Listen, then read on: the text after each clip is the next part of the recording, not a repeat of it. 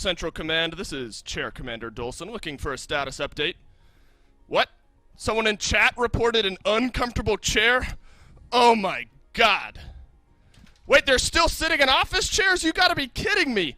When they could be sitting on a Maxonomic upside down in space, these chairs are out of this world. I'm over the moon sitting on this chair. Unbelievable. Go to needforseat.com right now. Don't waste another second. And you'll get yourself a chair that'll shoot you over the moon or something like that. Luckily, I can take this one off a little bit easier. I'll do that in just a moment. Gormizer is with me now, not to talk about chairs. No, I got to be here for the best part of the SPL all day, baby. It's all downhill from here, chat. It is. It is not SSG playing today, counter to what you may think. We have Radiance up against the Renegades, Goran, what should be a fun matchup between a team that lost on Friday in Radiance and a team with a roster swap in the Renegades. Yeah, this is going to be interesting, I think, to say the least. I got to do a mental reset to get back into what I want to say for these. Like you said, the roster change, so SOT, a week off, Renegades look abysmal. Week back on, Renegades look great again. Now he's gone, so we'll have to figure out what's going to happen for them that is going to be able to pick them up. And I'm going to be honest, you know, Radiance maybe needing a big win, losing to Obey is not necessarily the best sign for them. They did go 3 weeks, however, without competitive play, so there's always that, again, little star on the side that comes with it. But Renegades need to do the same thing, right? If you're looking at this standings, 6th, 7th, and 8th. 7th and 8th have just taken games off of 3rd and 4th. 5th has beaten 4th. If you are 6th place here, you need to be able to punch upwards as well. If this isn't a 3-game set for the Renegades, then maybe their roster swap's going to be good for them, but it might just take a few weeks to gestate and become something before they can really showcase their strengths. Talk about a quick change there for the Renegades for me as well. That's pretty impressive. That was actually very impressive. Let's look over at Radiance first, though, Gormizer. I want to focus, I think, on the long lane here in this matchup, where I think on Friday, you know, some of the strengths of this Radiance team, Cyclone Spin, I think, had himself a pretty decent set, all things considered. What did you make of not only Cyclone Spin, but Aurora on Friday, despite the loss? I think it's one of those things, it almost felt, I mean, it still felt good from them, but you could tell that there's maybe some rust to shake off throughout all of it. I expect to see, it's one of their top picks throughout all of the weeks of SPL, but more of this Cupid. I was kind of surprised to see Horus come through, considering we don't get to see it too often. But I think there were a lot of moments where you got to see Inbound have some phenomenal games, and a lot of, well, even though these highlights are against them, a lot of moments where Obey looked good, not necessarily, you know, Radiance looking bad. And so as long as they can maybe keep up that pace, or I guess maybe change up their pace a little bit to get back to where they were just a few weeks ago, it'll be good. But, you know, again, 3-week break time, your duo lane can look phenomenal. There's always going to be a little bit of rust. I hope that the 3 games on Friday was enough for them to be able to come into today feeling fresh more than anything. Right.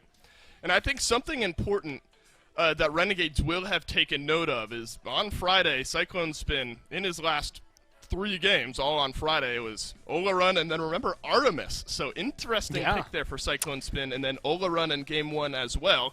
And even Ola Run in the last set before that. So 3 of the last 7 games, excuse me, have been Ola Run for Cyclone Spin. Something definitely important, I think, to look at there.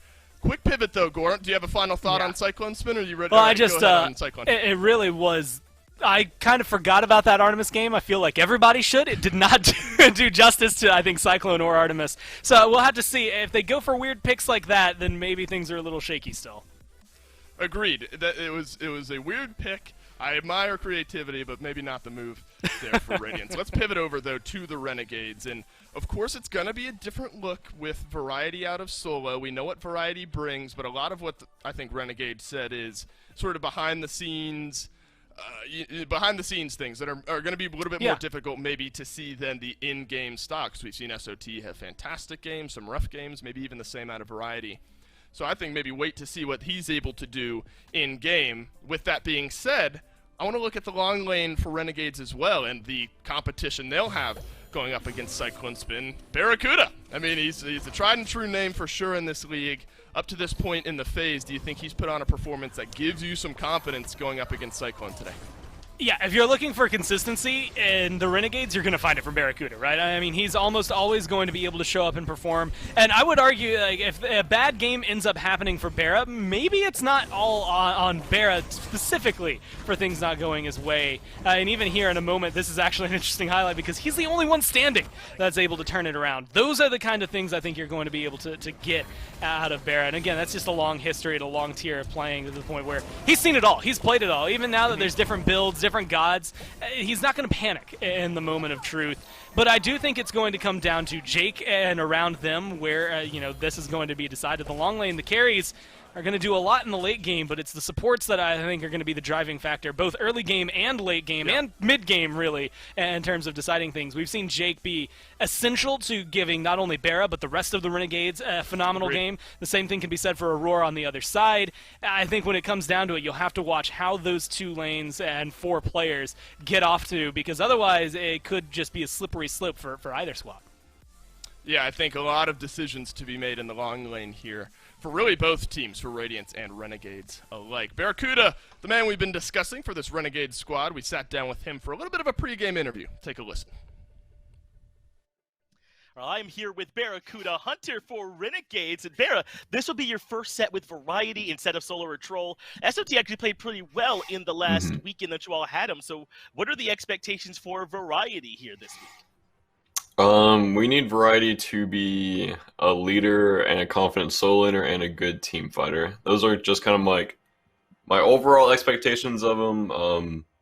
Don't think he needs to be like a mechanical mastermind in lane for anything. I just want him to kind of come in team fights and carry and look for like really good rotations into duo side.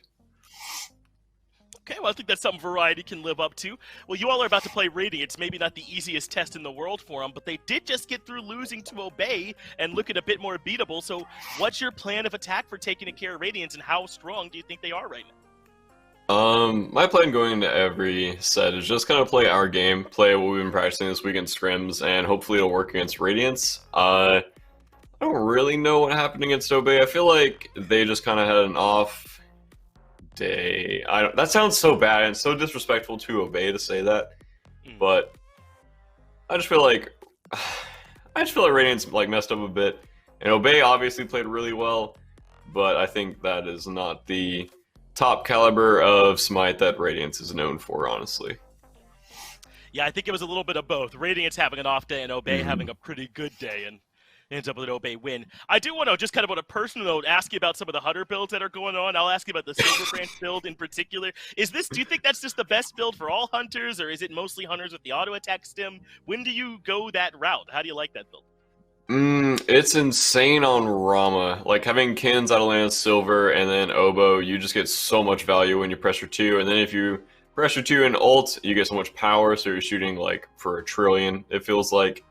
And then my Cupid builds, like the Trans, Jotuns, Ichabod, Atalantas, Titans, that build's weird. I think it's better in teamfights than it is laning phase, awkwardly enough, because you can't really like force things in lane in the 1v1 that much anymore for whatever reason. Feels weird anyways.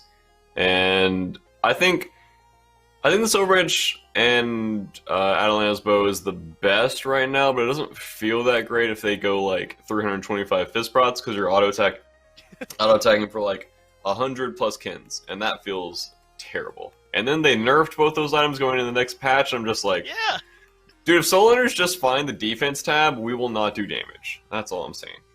Yeah, we're glad they're all still buying health into our Kins. That's helping us right now. Thank you, Barra, for talking to us a little bit. Good luck in your set here up against Radiant. It should be a good one. Thanks for making some time. Thank you. Some variety maybe in the build paths for the Hunters nowadays. Not a lot of variety, though, for Barracuda. Of his last 6 games, 5 of them have been on Cupid. So something I think in picks and bans, Radiance will definitely identify maybe up against this Renegade squad. Gormizer, if nothing else, it's something that Radiance will be prepared for. Actually, I think it's really funny you say that, because of the teams in the SPL, 3 of them have Cupid as their #1 picked god coming into Phase 2, and Renegades and Radiance are 2 of those 3. The other one's Obey that have picked him up a ton. So both of them really loving that. And I also think there's a specific note to be made towards the junglers here, because we've looked a lot at the Hunters, but both Adapting and Lasbra have the same number of so they in the early game. So either of them could be the ones to kind of open up the door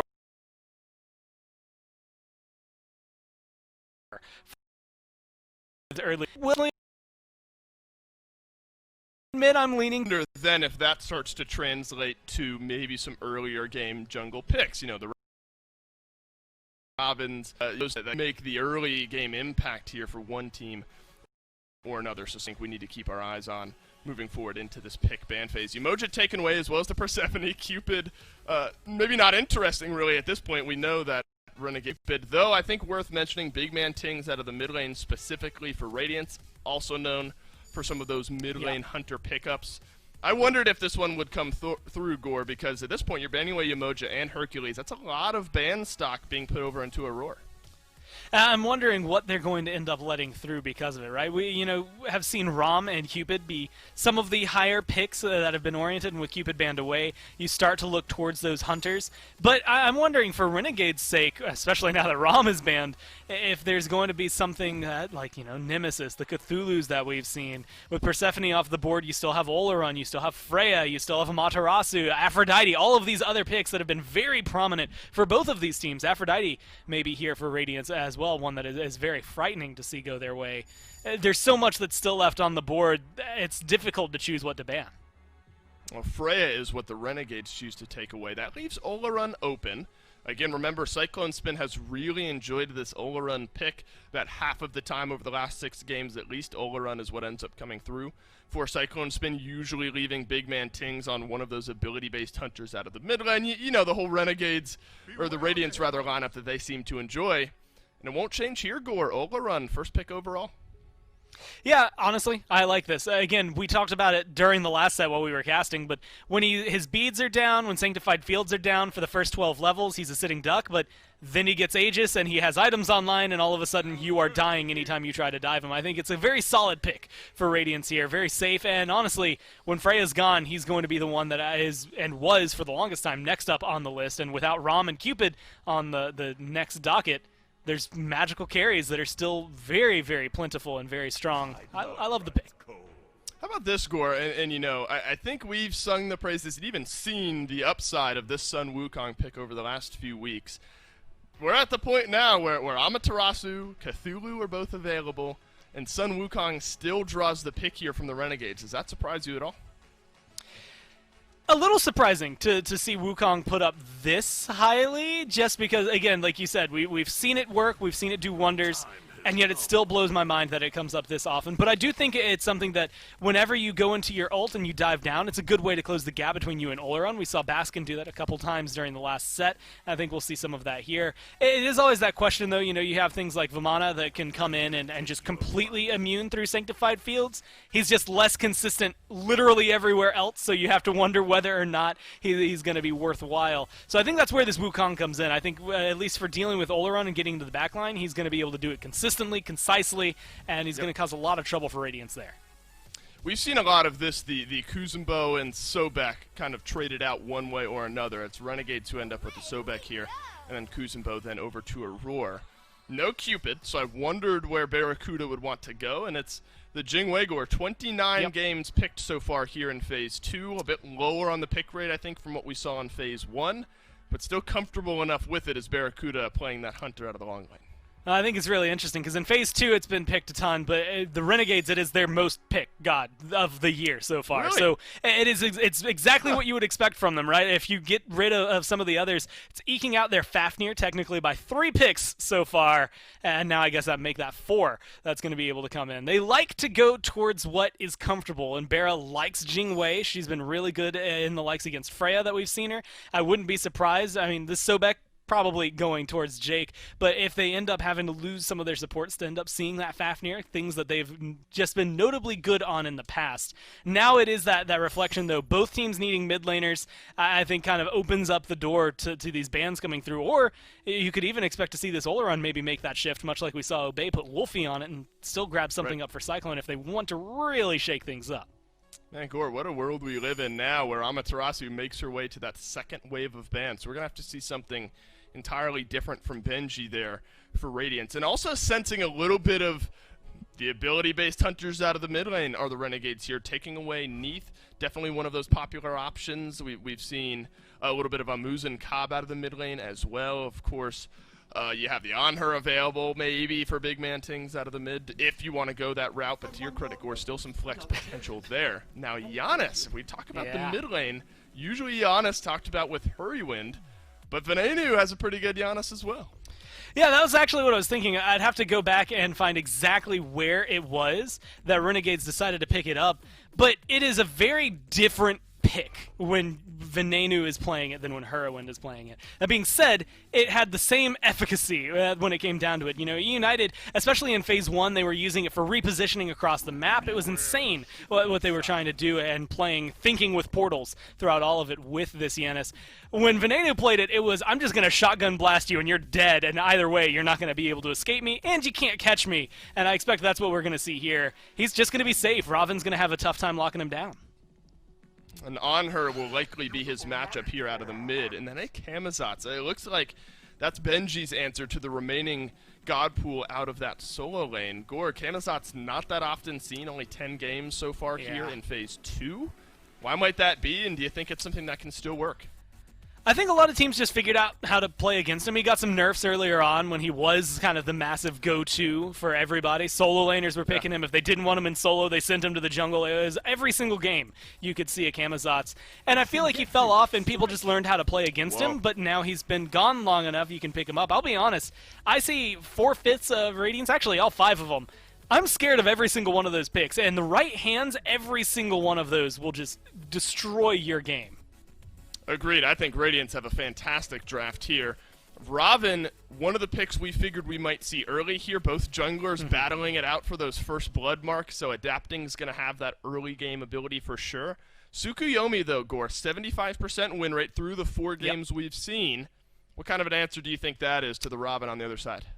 It's a lot of damage that's going to come through. I mean, we saw what Cuvo was able to do with it. Again, Sanguine listed him as OP, then didn't pick him a lot yesterday, which was a little curious. And a lot of these teams have been looking at him as very strong, but the fact that he goes 10th pick and has been not seen in some of these sets is maybe revealing as to where he fits in.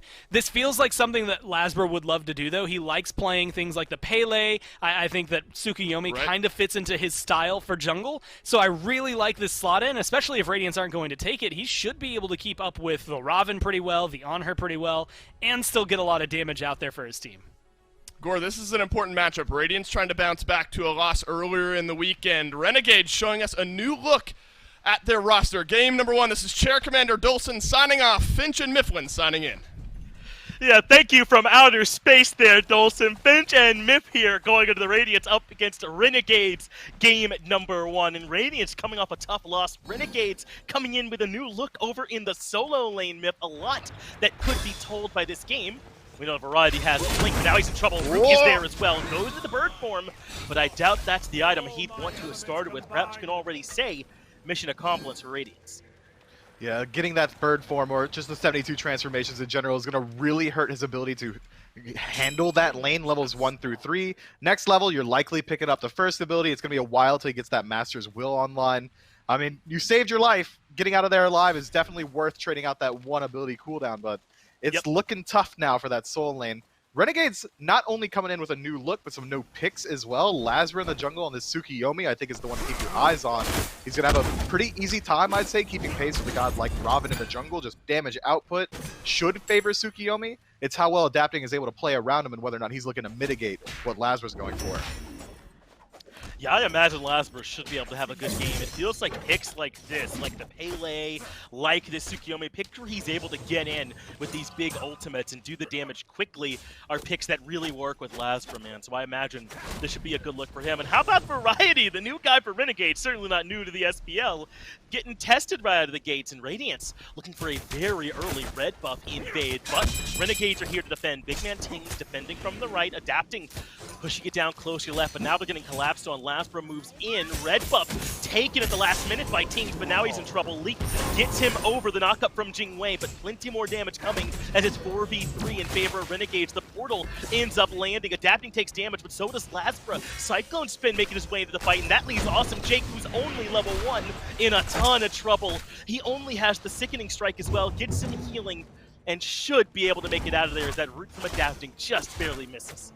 What a fast start for both teams here. It's not often going to talk about a And no 4-on-4 engagement a minute 30 into the game, but it's going to be that way. Red buff does go the way of the invaders this time, but Jake, not willing to give up his life so early on, is going to try and run. He's got the blink, so he is able to retreat, but boy, it feels like he's walking a thin line. How is Jake only level 1 up until this point? He's been getting bullied here and left. I bet rotating over to defend red didn't help either. There, Mifflin, his Cyclone Spin gets the kill. Jake getting too comfortable, and Cyclone Spin taking advantage. Jake, just asleep at the wheel, walks up at 1/10 HP and says, "You won't hit me." Cyclone Spin, not one for missing too many abilities. He's one of the best to have ever done it. Now your Ola run is going to have a lead inside the lane. First blood going his way. And I'll say it every single day. It hasn't rung true in a while, but Magical Hunters should technically fall behind in this lane, not invade your purple buff at 2 minutes.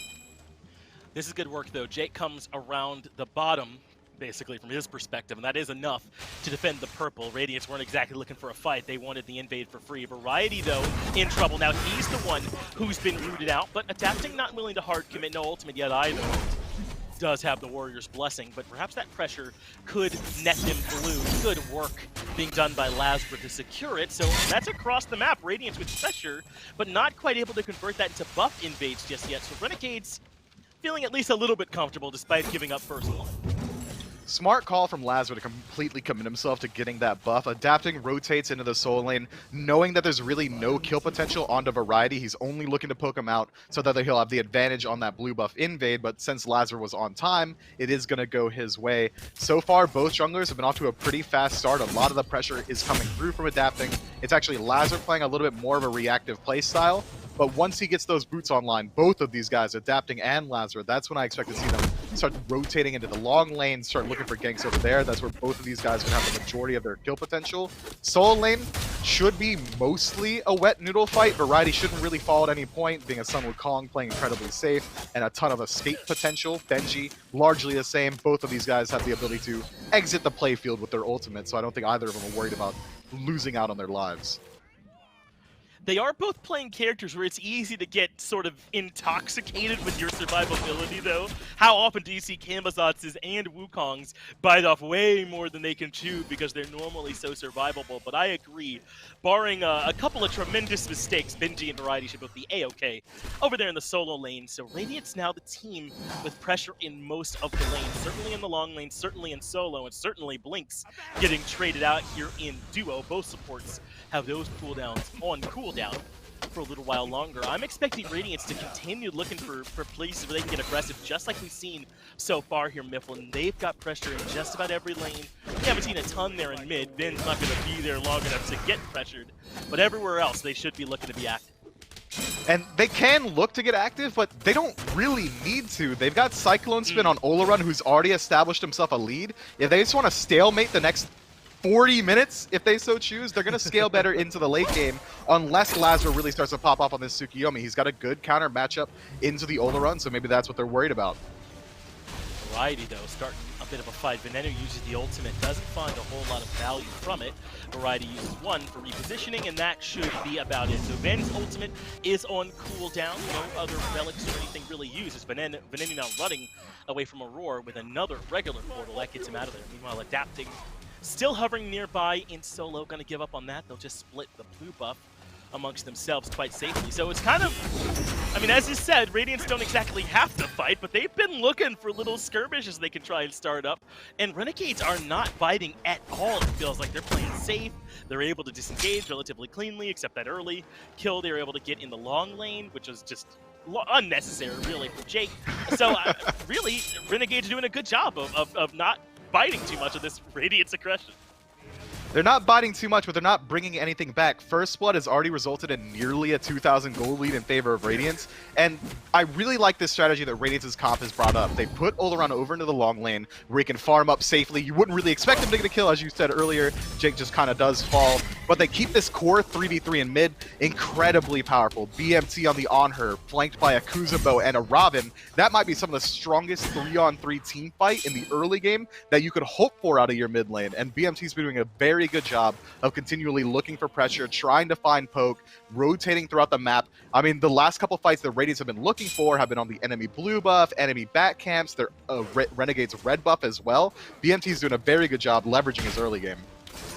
He really is, and remember what a tightrope he walked on that first red buff invade? He was kind of the one that ended up the furthest forward when they worked to try and secure it, but was able to make it out of there as Aurora and the rest of Radiance considering a purple invade, but it's just cycling to the Aurora here for now. They're going to get aggressive anyway. Look at the backup, it's on its way. Adapting and Tings are nearby, and boy, do they have Jake locked in. This is going to be step number 2 every single day of the week. Radiance doing a great job punishing the Sobek so far. Jake just got jumped in his own purple buff. I mean, it wasn't fair. He gets locked down and 4 dudes look him down inside the pits of purple. There's no escape potential whatsoever. Jake realizes it immediately, doesn't even try and use the lurking in the waters to escape out of that situation, knowing that he's going to get a lot more value out of it later if he wants to get proactive. So I like that play from him in that, you know, he doesn't make the mistake of committing too much trying to save his own life. But Radiance, again, doing such a good job putting pressure up on the map. And even if that invade doesn't go through, Radiance forces Renegades to 3 or 4 man split their own purple buff, which is just going to slow down their farm anyway. This pressure is working out so well for the boys in blue. It is. I mean, that's functionally the difference, that purple buff gag, between getting like jumped in an alley and jumped in your garage, right? I mean, that's their home, that's their purple, and there's really nowhere that Renegades can go and feel comfortable. And this is, I think, an extension of the way that Radiance have played the entirety of this early game so far. They are looking to get aggressive, even though they don't necessarily have to. And I think they're trying to leverage the fact that they have this aggressive on her mid. Teams is in a really great spot already. On loves to fight right about now. And if they can rotate over, even take a 3v3 4-on-4 with him in it, they're feeling pretty good about their chances. As they should be. Take a peek at Cyclone's build. He's already got the Ring of Akate online at 8 minutes. Scary. Barracuda has been able to close up that level gap just a little bit. It's only about a half level in favor of this Ola run. But because Barracuda hasn't even finished up the Devourer's Gauntlets just yet, sustain war, poke potential, long range damage, it's all going to be favoring Ola run in the 1v1, which might try and incentivize Renegades to keep Jake on that left side of the map, which is going to further expand on the issue that this Cyclone spin on Ola is ahead. If Jake's over there trying to make sure that Barracuda can stay alive, they're just going to be splitting farm constantly, and now we're looking at another purple invade. Radiance walked over a purple buff to show up here, but Renegade shouldn't have needed that to know. Radiance have been here for the purple for 9 minutes in a row now, so certainly Renegades were aware, just not much they can do. Cyclone Spin takes care of it right away, and Jake could be in trouble again. Great turn to Prey, and he's able to make it out of there safely, but Renegades are going to need to start making sure they have those same number of people, because you saw 4 people ready, but they got to be there early as Lasbra uses that second ability to very nicely avoid the aggression from Benji. But Benji is going to do just enough damage to force Lasbra into going back to base. He's already behind a level. Every single second he spends not farming is just time that Adapting's pulling further and further ahead. Now the rotation path is going to favor Radiance onto this red buff invade, but they should have 4 members from Renegades coming in pretty quickly. It looks like they do. Van is nearby, but Bear's going back to lane. Sukyomi and everyone's leaving. They're giving it up, Mifflin. And how do you feel about this? I mean, at a certain point, you do kind of have to stand your ground and fight, but I don't know if it's into an early game Robin, an early game on her, who have the lead. Maybe they're right to kind of just give this farm up for now. It's right, but you have to find some way to stem the bleeding somewhere else on the map. You're getting invaded literally everywhere. Purple buff, red buff. Benji's 1 man invading your blue on cooldown. You gotta do something. If you can't defend, you bring numbers. Bring 4 members. Make sure that you have more people there than Radiance does. As long as you can get 1 timer back, it's gonna make it that much harder to invade in the future. Renegades, they've got a little bit of time to work with, but giving it up every single time is only going to expand the issue. We're now looking at a 2,000 gold lead favoring Radiance off of just 2 kills, and it hasn't been particularly hard for them because Renegades have been so hesitant to put up any form of defense. It's interesting, you know, I mean, I think that they can start to have better numbers there for the purple buff invade. They expect that one, but I think that was the first red buff invade. Perhaps Renegades weren't expecting it. Maybe they should have been, considering the aggression Radiance has started this with, but they're giving it up again. Instead, looks like they're going to head over towards right, just give up the purple. and see what they can make happen over there. But Lazarus doing his own farm, and in comes Benji, 3 levels up to strip some of it away from him. There is no other spot that Renegades can go right now and feel comfortable. It's tough, so this is what they have to do. Okay, They're looking to yeah. take away these back camps over here, but you're putting yourself in a bad position. Now BMT is a good spot. EMT, though, did take a lot of damage early, just barely. Still had the CC immunity, but through space and time. Point blank, maybe overkill as Lazarus was going in too, but now Venenu doesn't have it to escape, but a good bit of peel comes out, and Ven should be A-okay, and now look at Adapting, stuck between 4. They brought everyone over this time as Aurora gets pulled back in, certainly going to fall. A 3 for 0 as Renegades stop at the back harpies and finally answer back. That's the damage potential that Tsukiyomi brings to your fight, able to immediately slow out anyone who steps up too far. The ultimate to confirm the kill. Lazra is able to do so much there despite not finding a kill for himself. Ven's able to pull back the lead just a little bit as well. And now that they've desynced the timers, put some of the members of Radiance on cooldown, they're going to be able to confirm their own red buff, take away the timer from Radiance there as well. This farm's going to slowly start to eke back in their favor, but they still haven't clawed all the way back in. There's still a pretty sizable experience lead favoring Radiance, as is the gold. I don't want that to deter the boys in blue from continually looking to get aggressive. They've still got the lead to work with.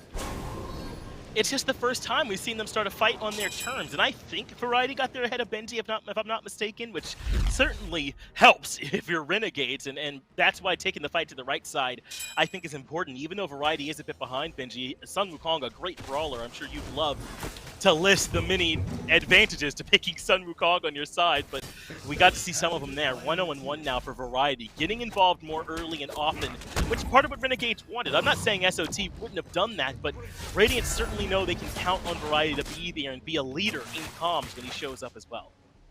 And you know what? I'm going to take it as an invite to sing the praises of Sun Wukong, Finch, because you really opened up that door. Variety gets there first because he can turn into a literal bird and fly. I mean, there's no way Benji can keep up with that rotation path. So despite having a level lead, it doesn't matter if you're not there in time to swing the fight in your favor. If Benji wants to get involved, he's going to have to rotate out before Variety, force Variety into following him back. But when he's on your Phoenix like this, he can go wherever he wants. Well, a good response from Radiance. They'll take the gold through, knowing there's no need to worry about the Wukong, regardless of how strong he is. Ven pads the damage stats there with through space and time, but that's about it in terms of value. But Renegades can use this window to head towards Pyro. They know a lot of Radiance have to reset, and they should be able to get this before anyone can come in to contest. Benji not even thinking about it. So they get something back in response. Variety does a ton of proxy farming down near the Phoenix. Fury might go to Radiance, but Pyro goes to Renegades. Still a trade in favor of Radiance. This early on in the game, the passive from Pyromancer making you move quicker out of base is nice, but it's not really going to change anything. That passive really only comes into play once you're playing around the Fire Giant dance. You want to go back to base, regen your health, and then get ready for a fight again. Might help for defending a red, though. The Tangs won't be there. Jake did a good job of bullying him out in mid, but the red buff has already been stolen. Good work from Aurora. That's so disruptive. It might cost him his life, but no way Renegades can re-engage after that ultimate. Don't know if it was 100% necessary, but he kept them out of there, and the rest of Radiance able to back easily. It seems like these fights are over a whole lot of nothing right now. I mean, you get the red buff invade for yourself, but this late in the game, that's not really that much of a dividend, and trading out the life of Aurora, certainly not worth. Renegades come out a little bit of ahead inside of that engagement, but the lead that Radiance has this early on in the game, when they truthfully shouldn't, having an Ola run on their team, it's fine. You can make those risks. You know that you're going to scale incredibly well into the late game. It doesn't really matter. You're not going to lose out on too much, even if Aurora does go down there, considering Gold Fury and Pyromancer are already down. So far, I'm surprised by the pace of the game that Adapting's been setting. We haven't really seen him get too involved in these fights. He hasn't really engaged. Neither jungler has really gone over towards that duo side of the map. And that's particularly surprising in Lazarus' case, considering that he's got a very strong matchup into Olarun. You can look for the stun from a range or the slow from a range. Try and lock him down that way. If Sanctified Field goes down, you can use the ultimate from Tsukiyomi, and it's not really going to affect you at all. It's really surprising that Lazarus has been almost corralled in playing this defensive playstyle by the pace that Radiance has been setting. There really haven't been any, traditional ganks at all, I wouldn't say, right? This has instead been like pressure onto the objective itself, instead of sort of doing that sort of roundabout method where you go do the gank for the kill, you have the numbers advantage, then you go invade the buff after, when the other team has to fall back. Radiants are just going to the buff and starting a fight and daring Renegades to do anything about it. And Renegades did. They had the response by going to back harpies, by getting that 3 for 0. They went to Pyro while Radiants were doing gold. Those trades aren't equal necessarily to all of the farm Radiants have gotten, but they have kept this within range. Now that we're getting closer to the 20-minute mark, we're 16 minutes into this game now. That 2,000 gold deficit, they had it 10 minutes, nowhere near as big a deal here at 16. It really isn't. Now Jake has to move up into the jungle to try and defend the red buff, but Aurora's locking him down. Yeah, Jake took too much damage. Maybe the ultimate not 100% necessary there from Tings, but guarantee the kill is all right with me. Gold 3 already down, as is Pyro, so the mid-tier 1 becomes the next best target, and Radiance take it quickly with this double hunter composition, the mage ADC and the physical on her. Fire? Can't do Pyro, so yeah, they must be thinking about Fire, but there's no way they're considering doing that, right? This is more of a bait, but it looks to me like they're all in committing onto the actual objective, denying the vision and bringing it down to half HP. Cyclone Spin still has his ultimate. That will be key for this engage if they want to make it out of it alive. They end up taking care of the decoy variety, but he's still healing up top. There's the Sanctified Field coming down, but Cyclone is still in trouble. Adapting gets 1 kill, Tings dies, and so does Cyclone Spin, a 2 for 1 in favor of Renegades, and this was a curious decision from Radiance as Renegades now swarm over them. Just so interesting that he decides to hold on to the ultimate for so long, and now the Yanis in a little bit of trouble. Ven forced to back out. The fight's not over. Benji's not done. Yeah, how did this get so separated for Renegades? They managed to recollapse back on 2 Radiance. Venenu all alone here in the back, but he is playing, I almost said playing Heroin, playing the Giannis, so he's got chances to escape. Yeah, it just feels like you just so equate that with Heroin here at this point, but just a crazy call. I mean, they had the damage. That part was correct, but doesn't it feel like you used the Sanctified Field earlier there? If you drop Sanctified Field earlier, you're going to get so much more damage out of the Oleron. He was already able to shred it down so quickly. If you're going to commit that much time to sitting on top of the Fire Giant, you have to go in for the kill. You have to play around it. There's no disengage potential because your Oleron's locked inside of a Fire Giant pit. We saw that they immediately turn around and try and use the Sanctified Field onto Lazra in the back, who was able to immediately use the Tsukiyomi ultimate to return the kill on the Cyclone Spin. BMT falls to a across-the-map snipe from Ben. You know, 80% luck, 20% skill, whatever you want to say about Yanis sniping blind all the way across the map, but it works out in Renegades' favor, and now that lead that was 2,000, that was already not too much in the first place, is now cut again to about 1,000 in favor of Radiance. Renegades have done a very good job with this reactionary playstyle to slow down everything that Radiance has gone for, and it might be enough to deter them from trying again. I mean, at this point, it's dead even, right? I mean, 800 gold is just about nothing. The experience very even too.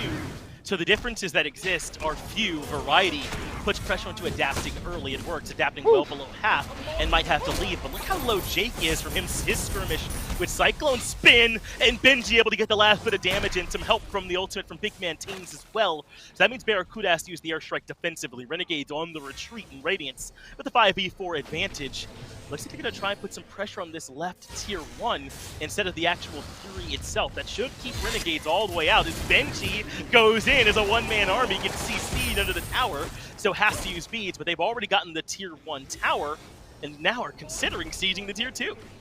They could very easily go for the tier 2 here. Variety and Barracuda are the only ones in range, but instead, without the mini wave, they decide they can back up. Awesome Jake spawning the next 3 seconds. They're going to back up to that Oni Fury. Going for the permanent objective inside of that tier 1 tower is so much better when an enemy is down. Now they can back up to the more neutral zone inside of Oni and try and pull it in their favor. It's going to burn quickly, but Barracuda has flown in.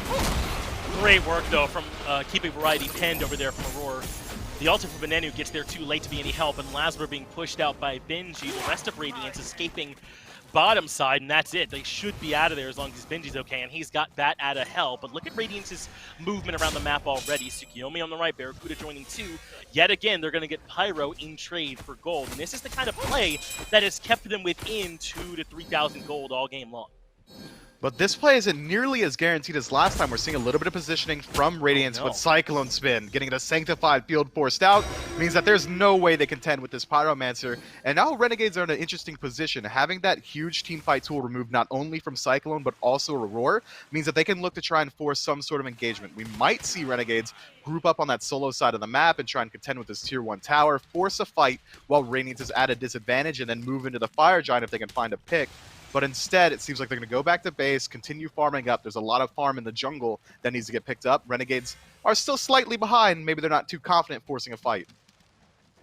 And looks like they're going to send Barra to deal with the Oni waves as well. They got rid of the ones elsewhere, so those are not a big deal.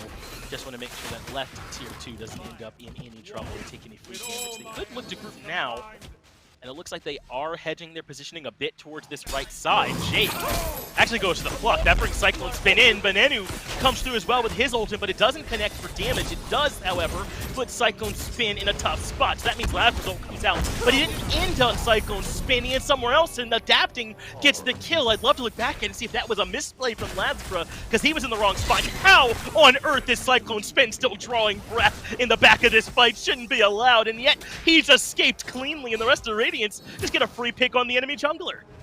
Yeah, just unfortunate for Lazarus. Goes out for the ult onto Cyclone Spin, and Adapting lines up behind him, forcing him to end that play on top of him, losing out on his life as well. And that's the intricacy of the Tsukiyomi. If you have to be so perfect with that ultimate, and if you end up in a bad position, having no mobility in your kit outside of your ultimate means that you're stuck there. You have to win your ones, you have to fight whoever's in front of you, and that's why this god, I think, is a little bit volatile in the late game, because you have to play such a nice edge around these team fights. We saw he's squishy, just a 3-1 from Adapting was enough to finish him off there, but Cyclone Spin making it out alive is so bad for Renegades there. They use so much trying to lock him down. Ben uses the ultimate, but was immediately uses his 3 to disengage instead of dropping the second ability to shotgun him at point blank. And now Radiance have the advantage on the Fire Giant. They do. The Sanctified builds back up for Cyclone Spin as well, and Fire's already at half. They have so much sustained damage on it between these 200, so Teams comes off it to put damage into Jake as well. The Thorns are out, and Cyclone Spin drops the Sanctified field. 2 CC immune ultimates come out as response. Airstrike hitting 2, and Cyclone Spin can't live through it all, but it's 1-for-1 Jake for the Hunter, but Variety is now getting involved, taking care of Aurora. That just leaves Adapting, Benji, and Tangs to take some more damage, but Adapting ends up falling 3-for-2 in favor of Renegades. And that is now twice that Radiant start up the Fire Giant, have the damage, but cannot deal with Radiant afterwards. That was a fantastic counter engage from Ben, just moving in, able to use the Unstable Vortex multiple times, essentially free casting to just put as much damage out as he could in that scrambled up team fight. But on the other side, Radiance, BMT didn't miss a single auto attack that entire engagement, and he was allowed to free cast the entire time. My man was swinging away for 150 every like 1.6 seconds, but his build, being this mid lane centric build of Transcendence and Aussie, he's not dealing nearly as much damage as you would considering the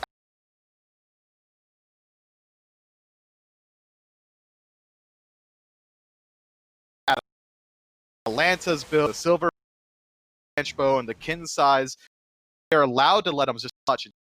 He has to fall down to using those basic instead, as opposed to getting some ability damage out. You know, we are back out here to us, so we're working on getting us back in there so we can look at the rest of this action. But Renegades have done a really good job responding here so far, huh, Myth? I mean, the response they have, the 3-for-0 near those back harpies, defending now 2 fires in a row. I mean, I know they haven't been very proactive, but maybe they can win through their defense. They could win through defense, but I think now we're getting to the point in the game where this gold lead has been cut so much. I mean, it's about 1,000 separating these two teams, if I'm remembering correctly. They could just immediately start to transition themselves into these team fights a little proactive, try and go for the vision control, try and force an engagement, and then if it goes wrong, you have the added benefit of having a Yanis to disengage you out of any situation. They've got a lot of tools to separate these team fights and poke from a range. We like to talk about Tsukiyomi's burst damage, but he's also more ranged auto attacks than any assassin in the game. He could poke you very effectively from a range, and if he pokes you enough, his ultimate will be enough to clean up the kill, and if he trades out his life, I would say he's done his job. if he takes care of a priority target. That's going to be harder, though, on Cyclone Spin Myth. He has picked up the Breastplate of that's his 5th item, so he's trying to make sure he's tankier as we move back into the game. I kind of like the idea of getting all this CDR on Olarin. You want the ultimate up more often, but I do wonder if this is going to end up hurting the damage. How do you like it? I think Olarin, being an auto attack based mage, he can afford to go for a little bit more tankiness because the value you're going to get just from Demonic Grip, Telkines, and the Ring of Akate, an item that we've been singing the praise of for nearly a year now, his damage output is just fine. Sure, his abilities are going to be doing a little bit less, but if Cyclone Spin is allocating himself to a little bit more of a utility-based role, he's the only healer on his team, that additional CDR is going to help you out in those Fire Giant dances so much. Fight's already kicking off. Jake, again, stuck inside the pit, but much tankier this time around. Able to make it to the portal. Great work from Ben to get him out of there. It only costs that lurking in the waters, and that's an ultimate you're okay with using for that exact reason. So yet again, Radiance looking to get a pick, and the Renegades able to wriggle out of it. But now, with this Fury coming up, we might see a fight over this one instead. We should, and Radiance do have the positioning around it. The Oracle Vision just wears off. It was favoring Renegades, so they're going to have to work their bodies in there if they want to stop this. But they're already positioned around, and Ben hovering in mid is just fine. Being Yanis, he's highly mobile. He'll likely look to just ult in, but Benji taking a little bit of damage.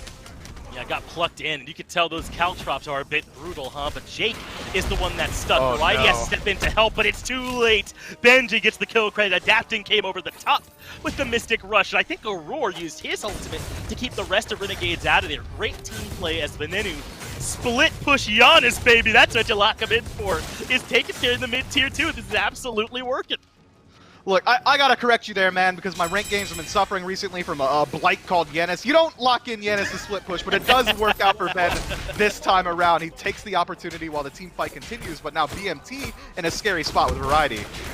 Luckily, he's got plenty of backup coming. He does get knocked up, but the through space and time is off the mark. Tsukiyomi ult might have connected, but Tings doesn't get followed through. Doesn't matter, though. He's so alone up there that Barracuda able to get the kill credit for it. Aurora low as well, so he has to leave, but Adapting comes back in. Good airstrike from Vera allows him to live and hold on to the Aegis, but Benji makes his way to the back line, and the Aegis never comes out. Vera gonna have to take a seat as Benji continues to chase. Ben backwards through the portal, looking kind of cool there, bud, as Benji keeps up the chase on the front line, but now he's alone. Cyclone Spin the boys starting to fall back, so Benji gives up on it, and Radiance continuing to scrap. Yeah, this fight was all started over one gold free that hasn't been looked at a single time, but now that Cyclone Spins get to grouping up around it, Awesome Jake's the only one in range to defend, and he does have his ultimate up, so he could try and move up and just try to steal away with that, but he realized that his life might be a little bit more valuable. 26 minutes into the game, you got some more important things on your mind than a singular gold fury. Fire Giant really is next up on the menu, and with only 2,000 gold separating these two teams, nearly 3, I'm sure that Renegades are going to be absolutely comfortable trying to put up a defense. But so far, in every single team fight, not only has BMT been allowed to free cast, but because of the very beefy front line from Radiance, Benji, Adapting, and Aurora doing a fantastic job of creating space. Cyclone Spin has been left largely uncontested. He's been using his Sanctified Field incredibly aggressively. We're going to need to see Variety and Lazarus step up their dive game if they want to shut down this Ola run. It does feel like Lazarus' ultimate's coming out very late in the fight. It must be the call that they want him to be the chase potential if someone starts to get away on Radiance at low HP. But I wonder if that's something that's a little bit odd. I mean, maybe use through space and time for it, but they've been trying to combo that ability as well, and that hasn't been working. We saw Variety get the knock-up, and through space and time couldn't line up with it, but it was a bit far away. So maybe they need to kind of look at how they're using some of these key ultimates in the fights a little bit sooner, because it does seem to be hurting them. And remember, Benji does decent damage, even though he's tanky. He's got Soul Eater, he's got Heart Seeker and Sledge. I know he's got the Spectral and Mantle, but this Camelzot's doing plenty of damage.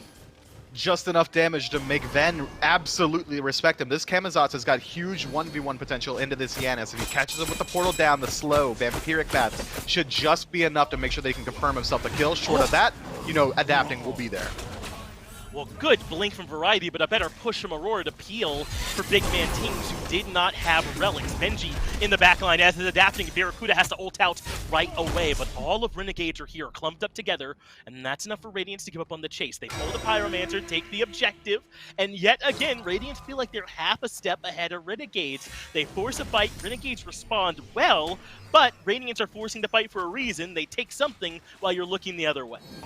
And Renegades is forced to respond to the front line of Radiance yet again. Benji, Aurora, and Adapting are doing a fantastic job of creating space, which allow BMT and Cyclone Spin to strip away the objective. Now that Pyromancer is going to be hugely valuable in these next coming fights. If these dances continue, Radiance is going to be able to back up the base, use that additional movement speed to reposition around the Fire Giant, make sure that you keep up the ward control as well. Renegades have been doing a good job of putting wards in these unorthodox spots. They should be able to keep vision around the fire, if not directly onto it. Radiance have pushed up now, though. Grouping up around this tier 2 in right. The pull is onto Variety. He does have the ultimate and makes it up just barely in time. I think a Mantle proc might have saved him, but Benji says that won't be enough to stop me. And now Lasbra, I thought this was a 2v1. No, it's a 1v2, and you're the one that's suddenly in trouble. A double for Benji as he single-handedly makes it happen. And Venenu, again, is elsewhere on the map. I know he's done some decent damage to these structures, but they need him as the rest of Radiance barrel down this right side Phoenix. Benji into the backline again. That means it's free reign for BMT and Cyclone to take away the right side Phoenix. Yeah, they need Ven dire right there. If you're not worried about the end coming through, which you should be because Sanctified Field is dropping down, you need this Yanis damage. He didn't get to do anything. Adapting gets the kill, but that was all the Sanctified Field. And that means the Titan is absolutely under siege. The 30-minute mark is when Radiance are ready to go. Big man Tings is able to take care of one. Does fall to Venenu. They've given up on the Titan. They want the kills here instead. And Ben finally joining a fight. I think we're seeing why he didn't want to be here because there's way too much damage. The Mantle stun says Venenu is dead. Variety up in 3, but that is too late. Radiance take care of game 1 over Renegades. Renegades do such a good job mitigating the aggression from Radiance all game, and then the decision to send Ven into mid to try and strip away a Phoenix? Question mark, head scratcher, you call whatever you want, a riddle. I don't know what the answer is to it, but it loses them the team fight. He backs just in time to watch his Phoenix go down, and he's largely unimpactful in the team fight inside your own base. There are no walls to teleport through. The strength of Yanis is lost once you're inside your own Titan room. That's a tough one for Renegades. Yeah, and if you all forgot that this Camazotz is a Benji special over there at solo, well, now you've been reminded. My man was a menace in the backline that game. Clearly, Renegade's got to come up with something to slow him down after this break.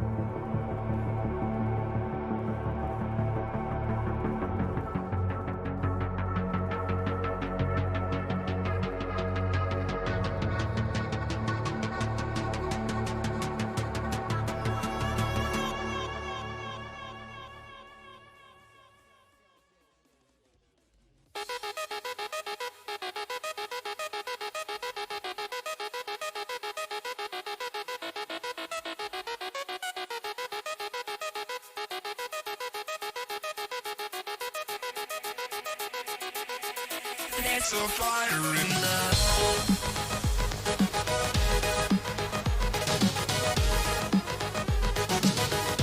It's a fire in love.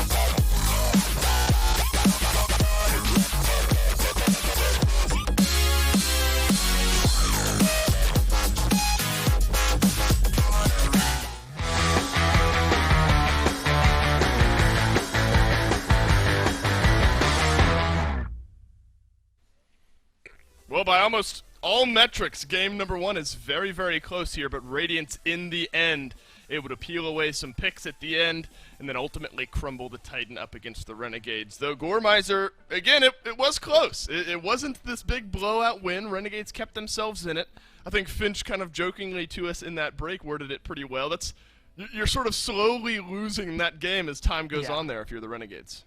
Yeah, it started out awkwardly when that first blood happens, and you can point at Jake. I mean, had a not great slash line throughout this game, or you can just point at Radiance maybe being able to play a little bit stronger throughout a lot of margins. Everything that you got to have pulled back, even slightly, I think, from the Renegades, it always felt like they were still playing 1 to 2 steps behind Radiance. Not enough that things were falling apart for them, but just enough. You weren't really confident in their ability to win a fight, right? Something starts up and you're looking at it, especially depending on where Jake was standing, you're looking at it as maybe not a big win for them, even if they had some moments. Overall, I think Radiance just played it really well. Benji gave us a good showcase of why Camazotz is still good and still can be picked, even though he's disappeared completely from the meta. I think there's a few gods that are like that right now, and this Camazotz, at least from that game, has definitely proven to be one of them. Man, Cyclone Spin stays alive through that. Double digit on the HP bar. And, one thing I kind of take away, Gore, throughout almost all of these replays, now we've reached the pivot point as this game had gone on. But Renegades were largely, it's one of those games where Renegades are largely up in kills in that early game, but Radiance nonetheless, 1, 2, eventually out to like a 3,000 gold lead. I mean, it's sort of this slow build-up despite the kills swinging the other way, and I think that's much to your point where it just felt like Radiance were in a little bit more control of their own destiny by the end of things here. And I don't think there's one person from the Renegades you highlight and say, they lost that game for the squad. I am wondering, though, if Lasber maybe goes back to the Tsukuyomi in game number 2, 3, 4, and 7. Nothing horrible, but definitely not great out of the jungle. And there was a certain point in the game, you see Venenu maybe not with the team for some of the fights. You see Lasber maybe not having the best slash line. Same thing there again for Jake, 0-7, not really being able to showcase what the support wants. But I honestly do think there's a certain point where, Benji just had a good game. Aurora had a good game. Adapting had a good game. Like, there's something to be said that Renegades held onto it. And if you watch those highlights back, there's always a little lead in favor of Radiance, but it doesn't really get massive until the last 5 to 10 minutes of that game when it really starts to showcase that Radiance are ahead. So if they can keep that going for themselves, but then maybe keep Benji in check in the process, that's where I think this dynamic can shift. That Camazotz, it just has a lot of sustain. It's very difficult to deal with, and they didn't seem to have the answers for it. It said it kind of disappeared because it felt like teams learned how to play against him, and now maybe teams have forgotten how to play against him. It definitely did well for him there. If Radiance want to, they could probably run that back and find no issue. I'm sure they'd be happy to do so if it were given over to them. Again, in picks and bans for game 2, which we'll be able to dive into right now. Let's see what Radiance and the Renegades want to prioritize for themselves this time around. Remember, heavy priority towards Aurora Gore, but I don't think that's something that really changes, right? I mean, the Emojas is a frequent ban regardless of the support on the other team. The Hercules as well, obviously popular against Aurora, PBM as well. So I think that's just something a lot of teams going up against Radiance just have to get used to, and obviously then the question is, what's that third slot that you're okay with banning away, and what are you okay with letting through it? It's a weird position to be in, though. Maybe changes up a bit when you're in the second pick slot. It's that awkward moment of, do you want to ban the Freya again because you know that Radiance are willing to pick it up? They picked the Ola run last time, so maybe you ban that one out. I don't know. It's going to be really different. And I think difficult for Renegades to maybe try and figure this one out. Whereas Radiance tend to have their bans down. The Cupid ban, I think, is very solid, because even though it means Cyclone can't play it, it also means Barra can't play it. And if it's the one that they've been playing the most in Phase 2, then it's absolutely worthwhile taking that away. Persephone, again, another one that's very staple. I wouldn't be surprised if this is Hercules. Bans at this point might just run back Game 1. You might have to just alter it in the picks, especially if Radiance go Olarun in that very first pick again. You have to alter, I think, what you reply with on the side of Renegades. Right, I mean, there was some dive onto Cyclone Spin on the Ola run, but, I mean, you saw the clip where he escapes with double digit on the HP bar. It was just too tough to lock down Ola run there in game number 1, though the way things have gone here, Goran, now with the ROM being banned out as well, it seems like we're starting to roll ourselves towards something very similar here. If you're Radiant, it was Freya, remember, banned out third for the Renegades, so maybe sensing she is just a little bit better than Olorun, and again, that's where having to ban out something extra against Aurora becomes more difficult. I'm sure Renegades would be happy to ban out Olorun and Freya, but Aurora just carries that much weight on one of his signature picks in the Hercules, and as such, Gore, right back to the Olorun goes Radiance. Yeah, I think Radiance, again, they could probably run back a majority of what they picked in Game 1. For Renegades, it really is time to change things up. This is what Wukong, Sobek, and last game, Sobek didn't seem to fit, and I am going to say this, and I mean it in the positive way. Okay. Take notes from United and Obey, which is to say, Obey, yeah, United and Obey. They have been picking these champions, or these gods, I should say. Too much paladins on my brain. Yeah, paladins. That is going to be able to come through and only work for them. I mean, their Raw only really works for Obey right now. Yanis, as we just saw, really only works for Whirlwind. Be willing to pick those up for your team, even if it means giving up some of the strengths, just because you're going to be able to find the strong gods that just work for you. Man. Whatever Bear is going to be good with, whatever Jake's going to be good with. In my mind, Right. it's the Fafnir that we've seen several times that has looked good for him. Even the Cerberus, I believe he's played a couple of times that has looked very solid for them. And while no one really got blown out of the water in Game 1 on the Renegades, it really was Jake as kind of the slower performer maybe. Again, not that you hang it all on the Sobek pick, but it really fed over some early pressure, I think, to Radiance, especially in that long lane. But we have seen Jake perform well on this pick, so I'm not necessarily surprised that the Renegades are going back to it. But the immediate answer by the Kuzenbo, Gore, it's the same first three from Radiance here. I don't necessarily disagree. They were obviously happy enough, despite an early kill deficit with the way that early game went. They want to give it the old run back here in Game 2. And I think they keep the other two that, in my mind, are the most essential. What you're going to run in mid, which was on her last time, or what you're going to run potentially over there in solo, which was the Camazotz, perfectly in the position to still be flexed on. I mean, Camazotz had a good lane against the Wukong, but maybe you want to know what else is going to come through here for the Renegades. You saw the Onher have a really good run there in mid lane. Maybe you want to make sure that he's still going to be solid after what Renegades have picked up. But so far, it has been a quite literal run back. Every single thing so far has been the same as Game 1, Right. including that Erlang. Bans remain unchanged here. And the Camazotz was big for Benji. It was the Amaterasu that forced Benji over onto that Camazotz pick. I don't know if it's forced, if it's something Benji was probably okay with playing anyway. But now it's flipped. Now Camazotz gets banned out. Renegades don't have this pick on their side. They already have the Sun Wukong anyway. Gore, I don't know if I'm any less excited or more excited about playing against Benji potentially on an Amaterasu than I was playing against him on a Camazotz. I stand corrected. Radiance, of course, had that second ban. So, but I think the point still stands. I don't think Renegades could pick Ama here, so it could fall right back to Radiance. I mean, if they really wanted to, they can. We've seen some teams even run her into the jungle, but I think that was mainly during the circuit playoffs, not here in the SPL. So there's a risk, but you could try to pick it up.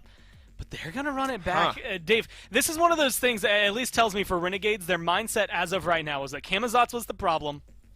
We, for the most part, made a couple of mistakes. We can run it back, but for nothing we did was extravagantly wrong. And for the most part, they're right. I don't think the slash lines really portrayed it well enough, but you are still in a position where you could potentially just change the beginning of the game slightly, and all of a sudden you don't lose that first blood almost instantly, and you keep yourself in this a little bit longer, and maybe that 30-minute fight goes a little differently.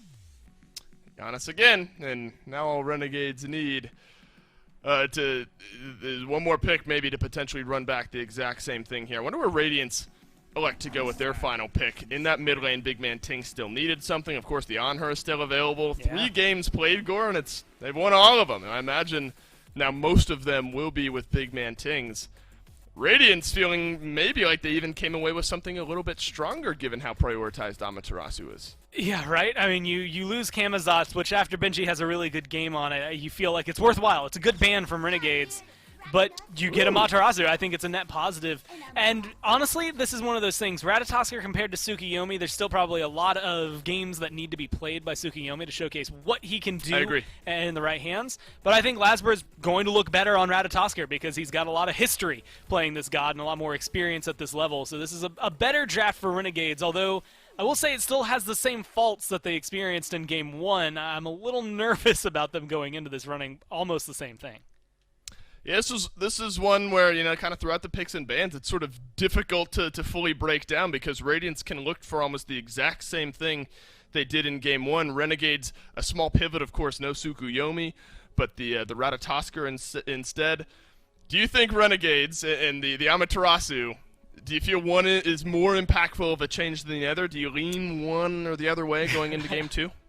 It's hard to imagine that Benji had that good of a game on Kamazats, and I think this is going to be better for him, but I still think Amaterasu, at least team-wise, is going to be better for Radiance. If Renegades, though, again, can change up the impact, specifically from Sobek and Yanis for this game, I think we're going to see a different just orientation around team fights. Renegades may be able to come back a little bit stronger because of it. More immediate gank potential maybe for Lasbra out of that jungle. Game number 2, Radiance versus Renegades. Let's kick it off. Thank you, Dolson and Gore. Finch and Myth still here, and really, we didn't see a whole lot of that ganking happening in Game 1. It was a lot more buff invades from Radiance and some responses from Renegades. But into Game 2, Myth, Renegades are bringing a lot of the same. They have Lasbra instead on the Rat instead of the Tsukiyomi, and Benji likely got an upgrade to the Amaterasu. So I think if you're Radiance, you're feeling pretty good about this. Yeah, second verse largely the same as the first. Lasbra's going to have a much easier time going for those more traditional ganks, just having a global ultimate on the Ratatasker. But if Radiance maintain the same pace that they set in the first game, which was just starting every fight off by invading a red buff, invading a purple buff, Ratatasker's early game fight potential is a lot lower than Tsukiyomi's just because the stun is a little bit harder to land, the damage is a little bit slower to come out, and just the general amount of damage a Ratatasker is able to do is going to be less than Tsukiyomi's. I'll be surprised to see Renegades allow Radiance go for that exact same pace. I think it's really on Lasbra to try and set the pace himself, look for some ganks, slow down what Radiance is doing, and then maybe go for some invades of his own. It's exactly how it is when you're playing Rat. I mean, it's like announcing, hey, we'd like some early pressure, please. And it puts all that onus on the jungler to make sure they're executing it. Now, obviously, Rat's more consistent nowadays. Certainly not reliant on just the early game to get value, but that is where you get most of it. So we're going to need to get active. A Cyclone Spin pulled in. Could be trouble in the left lane. Awesome Jake continuing to swing and might not even need help. There comes the knockup from Vera. And Cyclone Spin goes down this time for first blood. A direct mirror of what we saw last game, but this time it's Renegades getting the early lead over the Ola Cyclone Spin not going to have nearly as easy a time getting off or online as he did in Game 1. Now he's going to have to fight into a deficit and the losing matchup in the early, but adapting on the other side. Yeah, he gets the return kill. See you later, Variety. Lasbra is working on that blue buff and should be able to get it just in the nick of time and won't have to worry about falling in trade. So yeah, like a mirror, but, you know, reverse on the other side. It's been going well here so far for Renegades, I think, despite that spill for Variety. Getting pressure in duo and defending that blue buff just now means they're in a pretty good spot, at least better than where they were in Game 1. And they should be. I expect Renegades to try and keep up this pressure on the duo side of the map. If anything, let this wave push in, and then try and freeze out on the next. You got to continually put down Cyclone Spin. This Ola run still has his bead, so it's not going to be the easiest thing to kill him again. But once you burn through those, you've already got the lead on the Barracuda. Continually look for that pressure, and we know of all the junglers in the SPL, Lasbra loves these early game duo lane ganks, and on Ratatasker, it should fit that playstyle a little bit more. Jake getting pushed over here by Aurora, but nothing big going to be coming from that one. Lasbra choosing to make the adjustment here from the Tsukiyomi in Game 1. Not getting picked or banned here in Game number 2, just being let right on through. And perhaps Lasbra just one time around not enough, or maybe just looking for something different that gives him a bit of an early game start. But have you been impressed by the Tsukiyomis we've seen so far here, Myth, or do you think there's more to be unpacked from that God's Kid? It seems like when we see Tsukiyomi get played, it's one or two things. You're either going to pop off completely or you're going to be a non-factor in the game. I mean, so far we've seen Sanguine try and prioritize it a little bit. Lazar plays it one time. I think that the god has a lot of potential, but we don't truthfully know where the rightful place of it is. I think Tsukiyomi might be a little bit slept on inside the soul lane, just you're going to have a much easier time finding your damage output and poke over there. But speaking of the soul lane, we're going to get an invade going out. They're heading towards that blue buff, and Benji doesn't have a way out. Lasbra gets the kill. Meanwhile, Jake is in trouble in duo. Aurora puts the slows on him. Tail whip good. And now Bera body blocking for the support, but Aurora misses the push, but it does enough to force Jake back in. But they just didn't have the damage. It looked like Cyclone Spin hadn't gotten many stacks on his two, and they do just enough to get Jake out of there. Perfect peel from Barracuda. The updraft put in just the right spot to make sure that Aurora can't continue to chase out. Had he been allowed to continue walking forward and not have to deal with Jingwei's first ability there, then NA Kappa would have been coming up very soon, and we might have seen a little bit of a different situation for the young 408. This time, though, he will make it out alive, and this is a much better start. Last game, a lot of the issues for Renegades was Jake getting a little bit overzealous with his aggression, going for plucks, and immediately losing out on his life. This time, he pulls off Cyclone Spin speeds, makes it out alive. Now he rotates back in a lane. He's going to have a much better shot at shutting down the Olaron. And now that Lasbra has this ultimate, I wonder if we see him electing to get aggressive at some point. He is showing some presence over here on the left side of the map, Myth, but Cyclone Spin's not over here. He's just now returning. I think Lasbra, recognizing that, is going to fall back. I mean, we won't be seeing much from at least right now, though Radiance have 4 members on this side. I don't know how long Tings is going to stick around, but Adapting is rotating in as if he likes the fight. Good charge prey from Jake. There's the Mystic Rush from Adapting. The slow is there too. Jake gets the heal. Great knockup coming through from Lasbra as well, so Adapting has to peel off. But where can he run? Lasbra getting the better of Adapting this time around. You're going to have to be quick with these gangs, and the fight continues. Jingwei dunks into the backline, Sanctified Field, splitting up the team fight. Ben just walking through. Tings is on the way here as well to try and join here to even up the numbers. Desert Fury comes out, say goodbye to Venenu. Barracuda too low, so is Jake. That means that way in the back, Lasbra largely alone here, and Tings going for the loop around to the top of the fight.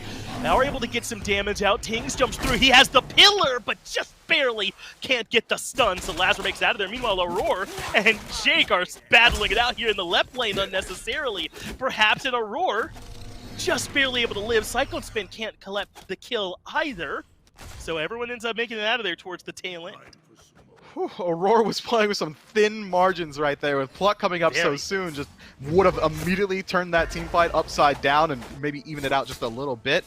But Radiant's getting a little bit over-aggressive in the jungle there, maybe not realizing how quickly the rotation path can come through from Renegades. Yanis drops the ultimate, as does Lasra, meaning that they're just going to get to every single gank attempt that you have almost instantly. If you're on Radiance and you want to initiate a fight, you're going to have to get your picks incredibly quickly, or we'll have exactly what happened happen again. Lazar comes in with a dunk, disrupts the team fight, forces Adapting out. It's just, if you want to fight, you have to get those kills nearly instantly. Jake's getting a lot of value just by living. Lasbra, though, is looking for this gank onto Benji. Benji has the ultimate, though, and just in time with it. That would have been the CC chain that likely would have got him much closer to dying, even with the ultimate. So good work to live for now. Lasbra doesn't have the ultimate just yet, but Benji will take the back in order to get out of there. Variety not going to let him, though. Blink in for the Master's Will. The ultimate's available for Lasbra now. They want this kill into Benji. The clone can take up the tower for them. There's the ultimate, and Benji's in the grave. Lasbra and Variety insisting on getting that pick. And it works out for him. Adapting rotates over, but a little bit too slow. That's well played. Now Benji, no ultimate available. TP's going to be up in time once he spawns, so if Adapting wants to, he could leave the wave there and make sure that the soul laner doesn't fall too far behind. Instead, he will clear out the wave for himself. That's a little boon for the Robin, but it's going to make it a little bit harder for Benji to keep afloat in that lane. But already having the lead, he's not going to be feeling it too much. Instead of going for that more Frostbound-esque build that we saw from the Amaterasu that Baskin was playing, he's going a little bit more Bruiser-centric. Benji knows that he's going to have a lot of pressure coming his way, so he wants that additional survivability as early as he can get it. Benji trying to keep afloat over there in solo is still comfortably even, but if he gets more pressure from Lasbra, things could get worse. But how much better is Jake playing this game as Aurora looks for him but can't find it. I mean, that charge prey he used right around here in the jungle to get away from adapting, that's what I think kind of tipped the scales towards that adapting over commit onto him. He helped set up for a first blood over there in duo instead of being first blooded in duo. It's been a big improvement for him just between games 1 and 2. And I know that Jake sometimes plays a little bit cavalier, but he's been playing much more consistent. In game 1, Jake to keep going. He's able to maintain his life throughout these team fights of negative value, but it's not really this point of the super how well transition himself into those mid-game team fights around the Greed dances and the Fire Giant dances, where we were really seeing Jake was getting a little bit exploited off his own plucks going in, getting it beadsed out, and then immediately turned on by the Sanctified Field. We have true fighters. How well is Jake going to adjust in game 2? Well, still, this game very even. I mean, what, less 400 gold separate these two teams at this point in 2 to 4 in the kills. Only 8 minutes into this game here right now, as they are going to be working on getting us back into the action here momentarily. But Lasbra has been much more active as well. 3-0-0 right now on the Ratatosker to start this game off here, Myth. I mean, this is looking better really for Renegades from top to bottom. But as you said, this is just the early game. They got to make sure they prove that it can work in mid to late too. But I'm liking what we're seeing from Lasbra. This proactive playstyle is much better. Radiance hasn't been able to invade these camps like they were almost on cooldown in game 1, and that's largely due, in fact, to Lasbra getting proactive on the map, making sure that his ultimate is always in range to make sure that adapting isn't getting away with these pretty cheeky ganks over into the long lane. We're seeing that Radiance is largely still trying to keep up that pressure, but now they're using their global ultimates not only through Lasbra, but also through the Yanis to make sure that Renegades are always in position to match them in numbers. And it's working out much, much better. It is. Renegades have been there to try and back them up sometimes, or back each other up, and provide a little bit of resistance to what Radiance is trying to do, especially as compared to game number 1. Should be able to get right back into the action now, though. Appreciate your patience, as we want to make sure we're bringing the set to you, because it's been a good one. Been a great weekend here so far, hasn't it? Tons of upsets, just great sets, going the distance. A lot of 2-1s, 3-game sets as well. So I think they were really getting there, man. SPL at one of its most competitive states we've ever had. Man, careful with that upset word there, Finch. I'm trying to get at least a couple points here this weekend. Radiance has started off this set so far pretty well. And, you know, staying even at this point in the game, not too bad for them, especially considering they're going to scale incredibly well into the late game just by nature of having a double hunter draft, by nature of having an Ola run on your team. But I think Renegades getting proactive in the early has a lot of tools that are going to be much better at dealing with this Ola run come late game. We saw around Fire Giant in game 1, Renegades was really struggling to close the gap to Cyclone Spin in the backline, but now that they've got a couple more global ultimates on their side, I think Lazarus have a much better time trying to shut down the Magical Hunter. It's really made the difference. Lasbra and Ven have both been there on time, even early. Ven got there ahead of Tings, no knock to Tings, who's just a lonely on her, in that last engagement. So certainly they can feel comfortable about the way that this game has gone so far and about what it might mean for them in the future. We'll be able to have a few more skirmishes if Radiance do elect to try and get as aggressive as what we saw from them back in game number 1. But so far, Renegades are right there with them this time around.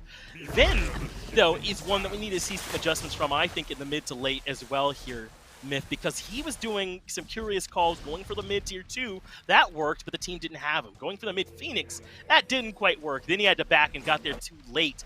I want to see this Giannis getting a bit more involved in those fights from the beginning. It's hard to put all the onus on Ven for that. We don't know whether or not he's going to be the shot caller for this team. If your shot caller tells you to go split push, it's on Renegades to perform well enough in the 4v5 just to buy enough time. If it is Ven making that decision on his own, then sure, we can hold him accountable here. But I think that you're absolutely right that we're going to see a little bit more value out of this Yanis in the late game to see whether or not he can use that ultimate aggressively. Adapting and Lasbra trading blows in the jungle, both hitting pretty hard right about now, but Lasbra has the ultimate. Adapting has the overhead kick and the ult. He's waiting. Good blink. Does end up getting hit by the pluck through space, and time comes through as well, and Tings suddenly very low. Jake with Lurk in the Waters gets the kill at the start of that fight, but Benji trying to hunt down Lasbra just quite can't do it. So Lasbra makes out of there safely. What a turnaround there for Renegades as they find another one for 0, and they're not quite done yet. Variety and Jake still scrapping here in mid, but eventually let it go. Yeah, BMT left high and dry on the enemy side of the jungle, adapting, forced to use the overhead kick to avoid out Lazara's knockup as well as the damage from Jake. And then Benji gets in there just in time with the silence to make sure that the stun doesn't come through from Ratatasker, which does get adapting out alive, but it's just a band-aid maneuver. You still lost out on your mid laner, and Renegades come away 1 for 0 off an invade that was really started up by Radiance. Again, it seems to be that same just reactionary playstyle from the Renegades, but this time they're coming out ahead much more consistently. I'm really expecting to see the first real separating factor of this game come around this gold tree. Both teams are going to have a pretty good time trying to look for the burn. Lazar with the defense shred on the second ability is going to set up Barracuda to deal a ton of damage to it, and then the confirmed potential from Aganis. But you might not get there if BMT's already dead. BMT is in trouble, uses the leap, and gets the knockup on the Lasbra. Almost is able to live there, but there were so many members of Renegade. It's going to be hard for that one to happen, so Tinks gets punished. Jake takes the portal, goes aggressive, finds nothing waiting for him down there, but in comes the teleport from Benji. Radiance trying to show up to this fight. Look, I don't want to harp on it too much, but Jake taking the portal there is just an unnecessary risk for my liking. He doesn't have any teammates around, so if he does TP in, what's he looking for? If you find some enemies, well, no one's there to help you. You might just lose out on your life. Seems like he's just kind of running into the jungle, hoping that it's going to work out in his favor. When instead, Renegades find a free pick in mid, they might have been able to back up towards the gold free, either force a fight or take the actual objective itself, but Cyclone Spin getting caught out. This Pluck looking much better. Cyclone Spin doesn't beat right away, so now he has to use the ultimate. Up into the sky, though, goes Lasbra. He's looking for a place to land. No, he's looking to retreat. Uses that ultimate charge to get back towards mid. Cyclone Spin has to give up beads and ult. Interesting. Cyclone Spin does lose out on a lot of relics there. Not sure what Lazar's looking for. Maybe he goes up in the air, realizes that, Cyclone's surrounded by his entire team. Maybe not the safest dunk there. Just going to go ahead and reset. Take the small win that is taking away Sanctified Field and the beads from the Oleron. He does maintain his Aegis, so his survivability is still there. But so far, the Renegades have been doing a very good job of mitigating Cyclone Spin in the early game. Barracuda now has a 1-level lead, and he's going into a crit build. That's pretty nice. It's something we don't get to see too often. He goes for the Rage first item. Going to be looking to get pretty aggressive, I'm assuming. You got to get those stacked up.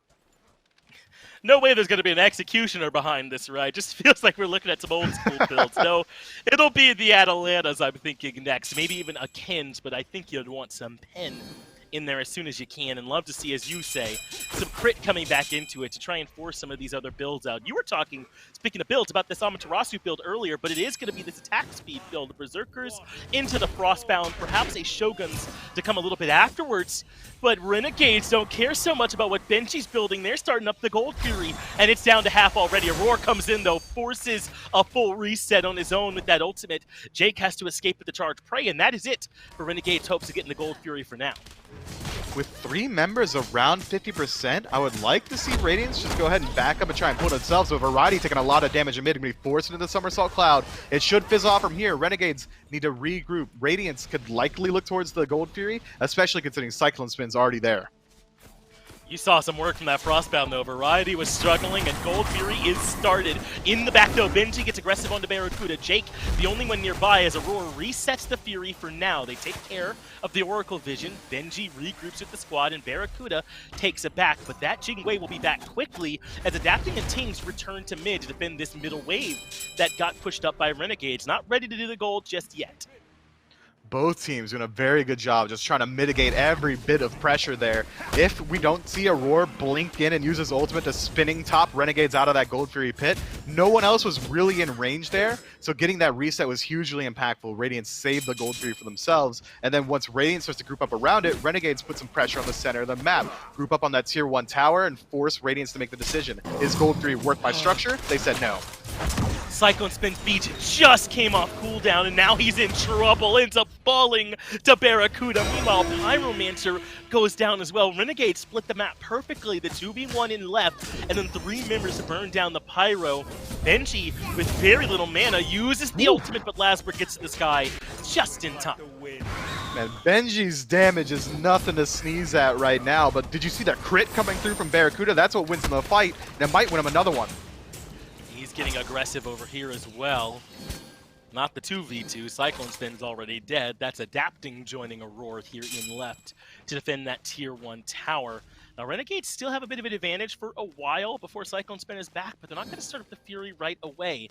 They send Bera over towards the lane to clear instead, though they do have a lot of positioning here near him. And it's going to be a while till Sanctified Field comes back up, but this is what we were worried about. Jake taking a lot of damage in front of this Gold Fury. Radiance absolutely looking to exploit. I like the timing on this ultimate from Aurora, but he might be a bit alone now, running away from the rest of Renegades. The damage comes through. Ultimate's not going to connect, so he makes it out of there, but they really need Aurora for this defense, and he won't be here. Renegades start up the Gold Fury. In comes Benji, but they've already got it down by half, but now the reset comes out. Renegades elect to just drop it. Very hesitant play from both teams here. Renegades were in a guaranteed 5 versus 4 situation. Not surprised to see them reset the Gold Fury. You don't want to go for those 50-50 coin toss situations, but they could have very easily looked for the fight on the tail end. Aurora was completely doomed and 50% health and has to go back to base, and now Radiance, they're on gold. And they've got it down low. Lurk in the Waters is there, but Radiance burn, and instantly they take the objective. But what about the fight on the backside? Cyclone Spin beads means no pluck coming out for you. Awesome Jake continues to run as Big Man Teams is there to provide some additional help. Benji escapes top side, and I think Radiance just got away with the murder right in front of Renegades, but Renegades have a chance to go try and get a little bit more. They can, but Lazarus getting caught out in the jungle. The pillar is good. The chase is on. Beads come through from the Ratatasker, but the tower is going down quickly. Radiance a little bit slow on the uptake. Can't really put up a defense. Difficult for them to get over here into position, and great work from Renegades to recognize a small window to take that tier 1. Lasper did lose the beads, though, which is a pretty significant gain for Radiance. Much less safe for him to jump in now without that relic. But look at this game. 1,000 gold separates them, about to be a little bit less when Cyclone Spin gets this tower. Not much experience separating them either here, Mifflin. Very, very close. It really is, and Benji's been all over this blue buff all game. Lazarus finally is able to strip it back away. I'm sure Variety's happy about that one. But take a peek at BMT's playstyle. He's constantly looking to pluck down damage, constantly putting pressure on the enemy jungle, and he's been very consistent with it. In another life, BMT's the best hunter in the world, because this man doesn't miss auto attacks. Yeah, has a long career of playing Hunter's mid as Lasper forced out the beads from him. Teams, no, he uses the ultimate for CC immunity, holds on to the relics. Nicely done there by BMT. Those aren't Hunter reflexes. We're using beads at Aegis every time there, Miff. Mid laner's more used to it. Hey, I'm not going to sing the praises of a mid laner. You can't trick me into it, even if you're going to go rope-a-dope on it in any way possible. But BMT is looking incredibly good on this on-her pick. I'm really liking the playstyle from both teams so far. Radiance is getting the worst end of a lot of these KD trades, but 2 and 7, they're able to maintain about equity in the gold department. XP also favoring them in a couple of places on the map as well, adapting, doing a good job of separating himself inside the jungle. Picking up the Erendite on this Robin is going to help out a lot once he gets to these team fights where he's going to have to chase down Venenu through these walls. The additional movement speed and cooldown is going to make it much harder for this Yanis to operate. Gold Fury goes down. It's going to spawn in about 2.5 minutes. I think the next fight we'll see is going to be around the Pyromancer. Renegades should be the first ones on the scene. Looks like they might already be. Jake and Variety getting a bit aggressive into the enemy jungle, looking around, but Benji doing the same in the other direction. But he's got way less friends that are local. Now it's just him and Venenu over there, though, but can't get close enough to make anything happen here, right? Not with that threshold down and portals for Giannis, so Benji can't close the gap. It's still very spread out. Look at the map. This might even be trouble for Cyclone Spin. Lasper goes in, and Cyclone has to use the beads right away, but Jake is here too. Blink in, no charge prey just yet. Uses the Sanctified Field. Now he's plucked. Makes out of there quickly, but even the ultimate coming in from Ben. Cyclone Spin's dead. Every way you slice it. A nice pick there for Renegades. Well played, immediately finding Cyclone Spin, beads down. Jake has always been very willing to go into the Sanctified Field, and he finds the pluck cleanly there. No beads available for the Olderun means no life either. But what are they going to do with this pressure? Renegades are backing up a little bit. Jake's the only one sticking around to try and pressure out this tower, but Radiance don't know it. They don't have vision on everyone, so they're showing a lot of respect. So Radiance are going to have to be careful. Benji gets caught by this portal, has to use beads to get out, and Barracuda goes in aggressively. Unstable vortex and damage from Barra puts Benji down. So now it's 2 for 0 across the map. And Lasper still chasing out, adapting here as well, Mifflin. He makes it back to the tier 2, but Renegades are all around this FG. And they've already pulled it. The damage output's there. Crit build, very good for burning down these objectives. It's going to be a little bit until Aurora can get in there, but once he does, the ultimate should be enough to disrupt. Aurora has made his way in. Adapting is battling 2 on the outside as well. That has gotten the reset on fire. Now Tings is here to help out, and somehow Adapting is actually winning the 2v1 trade. Gets some help from big man Tings to win it, and Variety has to escape at very low health. Now Tings the one in trouble. Some help from Cyclone Spin coming his way, but boy have Radiance done the job. They get Renegades off the FG, even if it does cost them a life. Life and then some. Now the positioning is still favoring Renegades. They're not willing to go away empty-handed, so Pyromancer pulled by Barracuda. No one's really in range to contest this one, but it is a smaller objective. I'm sure Radiance aren't feeling too bad about having to let that one go, but I gotta do it. I gotta say it. BMT, he's playing great. He moves in with the ultimate to find the kill onto Lazra, repositions perfectly to make sure he doesn't fall, and then the pillar he drops to make sure that Awesome Jake can't look for the pluck on the tail end. It's just clean on her play through and through. And Myth, I think Radiance have to group up now. Isn't that why Cyclone Spin got picked up over there in left? They tried to do that 2-man push in mid, and I think Benji is the one that died for that. I mean, with Radiance's, or Renegades' rather, ability to move around the map, now as Oni Fury starts up, Radiance have to make sure they're all there. Oni now down to about half. Aurora's right outside it, as is Benji, but they reset. They go for the pluck onto Aurora instead, who responds with that ultimate. Awesome Jake is trying to hunt him down with Lurking in the Waters.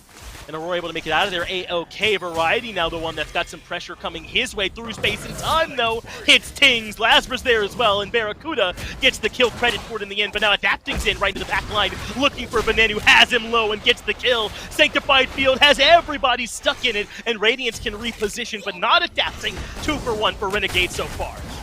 And the fight is so split. Lazra not willing to go down, takes down Cyclone Spin with a dart. Now it's just Aurora left alone. Pluck coming up soon. It's very unlikely he makes it out of this situation. Yeah, Aurora is certainly dead. Mid-tier 2 going down. Now we get to see Renegades make a decision. Where do they want to go on the map? It looks like mid-Phoenix is the call. Benji alive to defend, but no ultimate, is about to have his beads back, so we can afford to get a bit reckless, but Barracuda has just free reign to put damage to the mid-Phoenix. Benji can't get there, and this mid-Phoenix belongs to Renegades, breaking open the base of Radiance here in game number 2.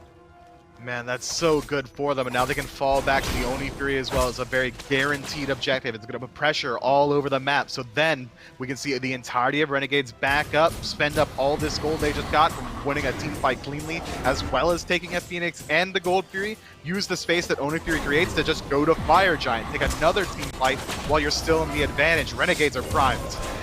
But Radiance still the Oni Fury. Benji comes in with the dazzling offensive, and Barracuda's in a coffin. That's one going over to the solo laner for Radiance, and Renegades might gotta rethink things here a little bit, making it too easy for Radiance to sneak back in. Benji Diff comes in a big way. That was a huge turning point for Renegades. That Oni Fury going the way of Radiance now gives them the opportunity, and the staggered death of Barracuda, he's going to be gone for the next 30 seconds. This might be a Fire Giant power play from the boys in blue. And Ben doesn't have any relics. He's got to be careful. Benji gets portaled in, has to use his own beads to get out of there. But fire being started up by Adapting and Aurora. They trade the aggro back over to Aurora. Adapting goes elsewhere, but there's still plenty of members of Renegades that are nearby. Big Man Ting's Aurora still in the FG pit as Awesome Jake has to charge prey out, but Lasbra is on his way up in the sky with the ultimate, looking down from above, goes to the back line, can't find Tings, and has to retreat. Not great there from Lasbra, and Fire Giant still low. Variety, though, is on his way. They reset the objective for now. They go for Lasbra in the back, and Cyclone Spin collects the first kill. Through space and time comes through and does do some decent damage, but Variety has got to disengage. He heads back up topside, and that leaves Jake kind of on his own on the front. And Benji comes back in. Another good dazzling offensive and another good kill. They cannot slow this guy down. Benji's doing it all for his team right now. Jake, unable to connect with the pluck, just trades out his life for the shot at CCing somebody. Now Lazra and Jake going to be dead for the next 30 seconds. Unfortunately for Renegades, they weren't able to buy enough time for Barracuda to respawn and get to that team fight. Lazra goes a little bit too deep, and Adapting shuts him down in the back line. And now we're going to see Radiance back up, try and push out a couple of these mid waves, and then regroup on this Fire Giant. Losing no members means they lose no momentum. We're going to be looking at another objective attempt. This feels like such vintage Renegades, though, doesn't it? That they're looking great in the early, but right around the 22, 23-minute mark, some of these late-game decisions get away from them. Fire started back up. No relics for adapting at this point, and the only person nearby is Variety. Venenu is behind. Venenu doesn't have the ultimate just yet, but being get close enough for an unstable vortex, he can steal this. Renegades take this one away. I think it was Variety with the cudgel, uses the ultimate to escape as well. Desert Fury can't quite track him down, but the pillar is enough to keep him locked in. Big man Tings at least gets them the return kill. But look at Ven on the map going for another split push attempt, trying to push in the wave, maybe go for a little bit of base race action. Radiance going to use the numbers advantage, try and push down a tier 2 tower. The map split up. Lazra and Ven aren't going to be here for the defense. It's going to be very slow going. If Adapting can stop the backs, this might be a Phoenix. Yeah, very curious. They need to kill Adapting quickly if this is going to be a good use of their time, and kill him quickly they do. But what about here over on right? Awesome Jake is in the lurking in the waters, keeping them at bay. Meanwhile, the rest of Renegades have two members that can just push mid. Lasbro and Venenu are there exactly. The Titan down to half, and no one can back to stop it. I think Renegades may have done enough to close this one out. Benji kills Bera, but who cares? The rest of Renegades are beating up the Titan 27 minutes, and Renegades force us to game 3. Man, Ben said, you're going to make fun of my backdoor attempts in game 1. I'll make it work in game 2. And it absolutely does. Adapting just trades out his life a little bit too quickly. Had he even just gotten one member there, he would have been able to save the game for his team. Radiance had no time to back after they commit themselves into that Phoenix fight. Renegades are playing smart. Renegades do a great job splitting things up there, don't they? And Radiance can't quite deal with it. A great game from them in the early, a small falter, but they close it out. Game 3 now in the cards right after this break.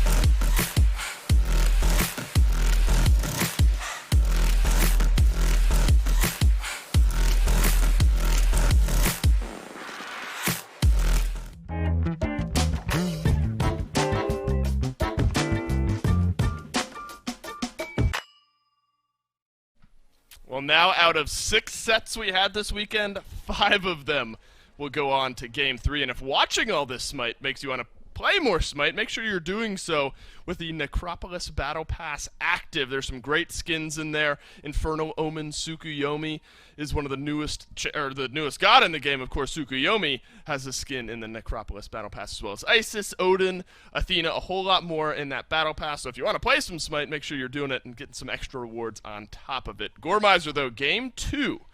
Both teams opting for something similar to Game 1, but the Renegades come out on top this time around. I think Lasbro played a pretty big role in that, more active in a lot of these team fights, thanks to the Ratatosker. Yeah, a couple fights at the very end that were a little shaky all around, but I think from the get-go, this one was much better. Again, much like in Game 1, things seemed bad for Renegades, in Game 2, things just seemed great from the very beginning, where they're able to get that first blood, they're able to find kills all around, and like you said, Lasbra being a real driving force for this team, having a wild amount of kills without dying for a good portion of the game, before finally there's some clapback from Radiance. And then, of course, at the very end, I don't know if you get a rush down to the Titan like that unless you're able to have your team in a comfortable position just prior. But I will say, you're maybe just, let's say, a bad 30 seconds off from Renegades losing that if that doesn't go the way they want it to. So it's a risky call, obviously worthwhile for them this time around. But if they didn't have the lead they had built up, that could have been shaky. Gore, we're getting a lot of those today, aren't we? Where these late-game, really tense finishes, Titan on one side, Phoenixes being sieged on the other side. And it's a very similar start, though, kind of moving away from the way that game ended. If you look at the way this one started, I think Renegades largely the same as Game 1, but it was those kind of intermittent losses, not necessarily in the kill column, but the farm being stripped away, some of the invades that the Radiance was able to do in Game 1, that didn't necessarily happen here in Game 2. This was a big play as well. The steal from Variety, I think that one really tilts the scale, so sometimes you need a big play like that to keep you in it, but the Renegades definitely better off for it. 5-2 and 5 Gore. 10 affected kills there for Lasbra. I think maybe the biggest improvement from Game 1 to Game 2. Right alongside him, I think you could argue, Jake 2-2 and 7 compared to the 0 and 7 in Game 1. So the Sobek, I think, found more value here as well. Absolutely. I think that might be one of the biggest transitions. I also think Venenu, again, maybe not the highest damage, honestly, doing less than Jake, but he did have some good essential moments throughout that game. I'm still a little on the fence about the Yanis pick for him. So far, it still feels like Heroind is the one that maybe makes him look the best in terms of gods. So Renegades still clinging to that makes me a little worried for going, this next game. But his farm was pretty solid. He was able to, again, get meaningful damage, even if it wasn't a lot of damage there in the mid lane. So maybe we see them go back to that, but I think that that's probably the place where they're most flexible, especially going into a Game 3. You want to be able to turn it around, and you really want to try and pick up something that I think is just going to be a little more consistent for you when your back is literally against the wall here. Yeah, the farm definitely great there for Venenu. Lowest on the damage charts, but near highest on that gold per minute chart, if not the highest in the game. So definitely good in that aspect, I think, from Venenu as far as map pressure goes. Let's see what these teams are going to bring to the table for the tie-breaking end-all be-all game number 3. Gore, I can't believe I'm saying this, but we are in a position now where Radiance could go 0-2 this week to teams that are in the bottom 4 as far as standings go. I mean, we've seen those top 4 box with one another. Maybe you drop a game here, maybe you drop a game there. This is not the transition back into the SPL I don't think this team had been looking for. Yeah, I think when it comes down to it, these bottom 4 really are just turning things upside down right now, which is great overall for them, and honestly, I think for the league. But to be in this position, I mean, think about it. Again, Renegades, or I should say Radiance, sorry, are coming in off of a 3-week period where they weren't really able to play. And 2 of those weeks, their games were postponed, and the 3rd week was a bye week, so they didn't really get a whole lot of time to play around, much like the Dogs are playing as of right now. They're excited. But, you get these wins for Obey, you get this win for United, you get the Knights even being able to take one of the top 4 down. Renegades don't want to be the odd man out, right? They don't want to be the ones at the bottom of the lineup that didn't get the win. Agreed. So this is a great moment for them, but you can already see that Radiance is kind of adapting to what they have picked up as time has gone on and banning that Sun Wukong. Looks like Katie might be off screen with treats or something. Lala. They're fixated on something off screen there while we're fixated on picks and bans. A big change here, Gore. The Olorun being banned out, but by Radiance this time. The Sun Wukong, that's going to be another pivot as well. So really for the first time in the set, we're going to see something new, really from both squads. Renegades bans remained unchanged, but Radiance are really the ones driving the difference here. So a lot still available. It's been the ROM that they've wanted banned away. They've wanted that one off the table. Maybe it makes some sense to pick them up first. Yeah, considering what they, again, have been banning out these last few, Rom being able to get picked up is going to be monumental for them. Also, something that's, very comfortable. Cupid, though, notably, still available, and something that I would have expected maybe for Radiance to go for. Again, it's something Cyclone's has loved, and if they were willing to ban it against Renegades, I honestly thought I would have gone first pick. I'd be kind of surprised if maybe Renegades don't grab that up, since it's been such a high-priority ban. And what is it? It's been Wukong, Sobek the last two. You have to change one of them up. This is maybe the best spot to try and scoop him. Yeah, I don't... And it's sort of a weird spot maybe to pick Cupid. I think maybe if you're the Renegades and you want this Cupid, you have to go somewhere in the top 3, otherwise Radiance take it away. But usually when Big Man Tings is playing these hunters in the mid, it's when you've gone Magical ADC in the long. Though, just wanting to get that on the table, maybe a potential for a counter pick, something of the like later on, Renegades are going to go ahead and lock in a pretty high lockdown long lane. Yeah, I think this is going to be good for him. The duo lane has definitely been the one that's most necessary overall for them to find victory, and so I think this will be good. But Kuzubo Rom is not going to be easy, and it's not the end-all, be-all for them. So I'm actually, just in the top 4 picks, really excited as to what we could see over there in the long lane. But it also does start to make me question what Renegades want to pair with it, as well as, well, what we were going to see Radiance go for. Their jungle has been the same the entire time, and hey, if it ain't broke, don't fix it. This Robin's been doing just fine as it is. Right, it's been a quiet, not a bad by any means set, I think, from adapting. I think he's been there, he's been involved, hasn't necessarily been a carry performance, but I agree with your kind of take on that. The Robin has done well enough that maybe warrants the return pick here. Erlang Shen, another pick that has been largely banned out in that second wave of bans here by Radiance.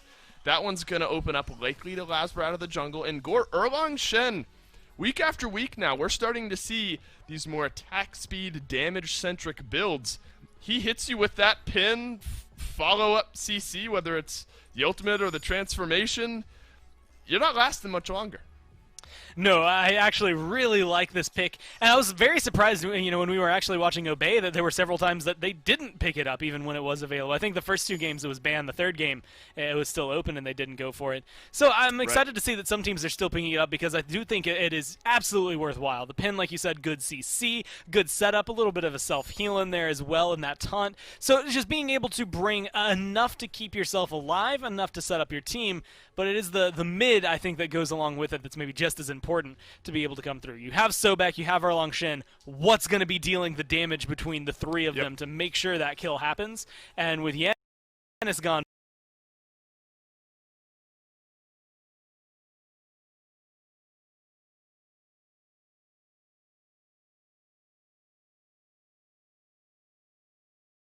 Benenu's half his look at it. And if we're traditional mages still left on the table, we started to see Merlin picked up a little bit more long-range, confirmable type damage. But Venenu, he's very good at all of those characters, I think. So don't take, but he kind of follows the sort of unconventional style of pick. Maybe not the sit-back, cast style of mage. I suppose Giannis is exactly that. So maybe I'm just talking myself in circles here at this point. But the Morgan as well, taken away. Yeah. And that'll open up the doors to the Hera. So not quite Master-esque mage, but definitely has that high damage potential. Yeah, I feel like I shouldn't be as surprised about Hera as I feel like I am. Like, it's just one of those things that she's been very solid for a lot of these teams, and I think that after you watch Dardes be good with Hera several times in a row, eventually you hack it up and at least try it in scrims, right? Every mid laner at this point has to have seen it. I think even Big Man has played it a couple of times as well. So now that Renegades are picking it up, I think it's going to be comfortable. But I like this Agni on the other side. Again, Agni is one of those mages that he just kind of comes in and does the thing. He just plays as a mage. He's long-range damage. He's going to be good setup. He's going to be consistent. And maybe he's not the best at doing all of those things, but he does all of them. So you are able to feel comfortable with him. Hey, 39s across the board for Cthulhu. Pick, ban, and win.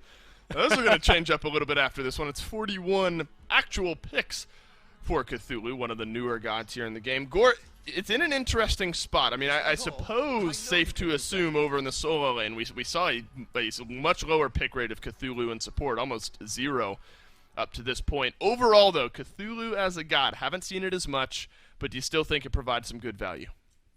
I actually think right here we might get to see him run a little rampant, right? A lot of the reason Cthulhu first pick was iffy is because you had to ban Nemesis or hope that they didn't pick Nemesis on the other side. There's no Nemesis over there for Renegades. Achilles, there's still an Execute, Erlang Shin, there's a lot of lockdown and the potential for penetration, but there's not anything that screams to me instant Cthulhu killer. So I think Renegades are going to have some trouble once he joins the fight. Alongside the Agni, again, the Raven, the Ram, a lot of things that have already worked well for Radiance, either this set in the top 3 or at least historically in the bottom 2.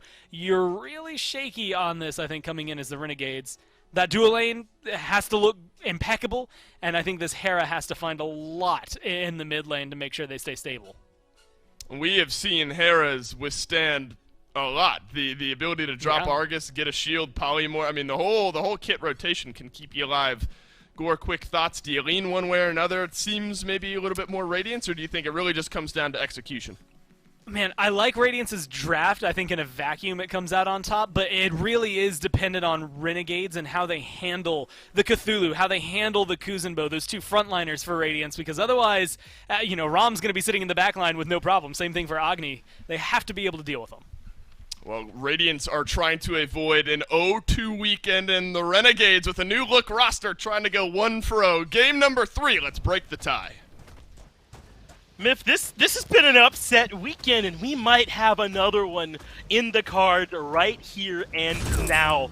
Perhaps maybe Radiant can avoid it, but Renegades play an OL in game number 2, and now, with that counter to Cthulhu, the ability to execute him even while he's in that ultimate form, to get him down faster, could potentially be the answer they need here. But Jake being hunted, Radiant's not able to close the gap, and Renegades make it out of their A-OK. That is the 3rd time this set that Jake has decided to brush with death against the 5-man stack of Radiance at the exact 0-0-0 mark. But I think that Renegades have a pretty decent shot of being able to shut down this Cthulhu come late game as well.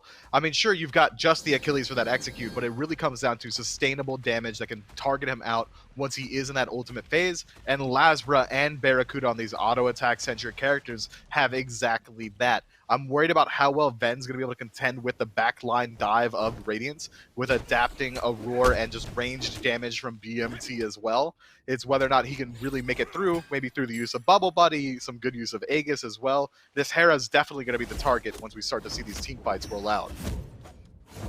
Hera might end up being the target, but as they were saying on the desk, sometimes he doesn't feel like the best target. Has the shield, the polymorph, all this ability, to add on to her life, to buy time. But if you can get rid of her quickly, you don't have to worry about any of that. As Aurora in trouble in left, the Heart Bomb connected. Barra is level 2, but will not be heavily committing to try and shut down this tank. Aurora makes it out of there A-OK. And that means the rest of the map could just go back to farming as normal. Variety, though, might be careful, a bit low over here in solo. Man, I'm really expecting to see some action in the duo lane, Finch. Yeah, Roar's just dead! Barracuda finding first blood again, and Renegades continuing to impress. And Radiance, after dropping here again, I wonder if maybe the nerves, the worry starting to creep in. They had that long time off there, Mifflin, and starting to struggle here in their first week back. Look, I wasn't going to say, action in the duo lane, if I'm being completely truthful. I was going to say Lasbra looking for an early game gank over in the duo lane, considering that's his MO, bread and butter. But maybe they don't need it if they're able to shut down Aurora on their own. Barracuda taking, fate into his own hands there, and again, establishing himself an early game lead. Now 1-0, first blood going the way of the Cupid. He's already got a pretty favorable 1v1 matchup into the ROM as well. Cyclone Spin's got to be rolling his eyes right now, not happy about how that one's going. But I'm just surprised that all 3 games, first blood's happened over here in duo, hasn't it? Or at least very close to being first blood. It's just been a lot of action over here early as Lasper is lurking in the wings. Benji, as long as he has the dash, shouldn't be in too much trouble. There's the dash to reposition, and as expected, makes it out of there A-OK. But these 2 duo lanes have been very willing to scrap so far. Yeah, very volatile, both Aurora and Awesome Jake. Maybe it's just the parity between their playstyles of being that constant source of aggression for both of their teams. It's a tightrope that they have to walk constantly. Now Jake, feeling pretty confident and allowing Barracuda to get a little bit of solo farm to himself, is going to allow him to do the purple as he pressures out that wave just a little bit. I think that from now on, Radiance is going to play a lot safer. I think it's the last game of the set, game 3. They don't want to give away anything else so far, and we've seen that Radiance in the past has been very willing to wait out games if they have to, almost reminiscent of a Sanguine-esque playstyle.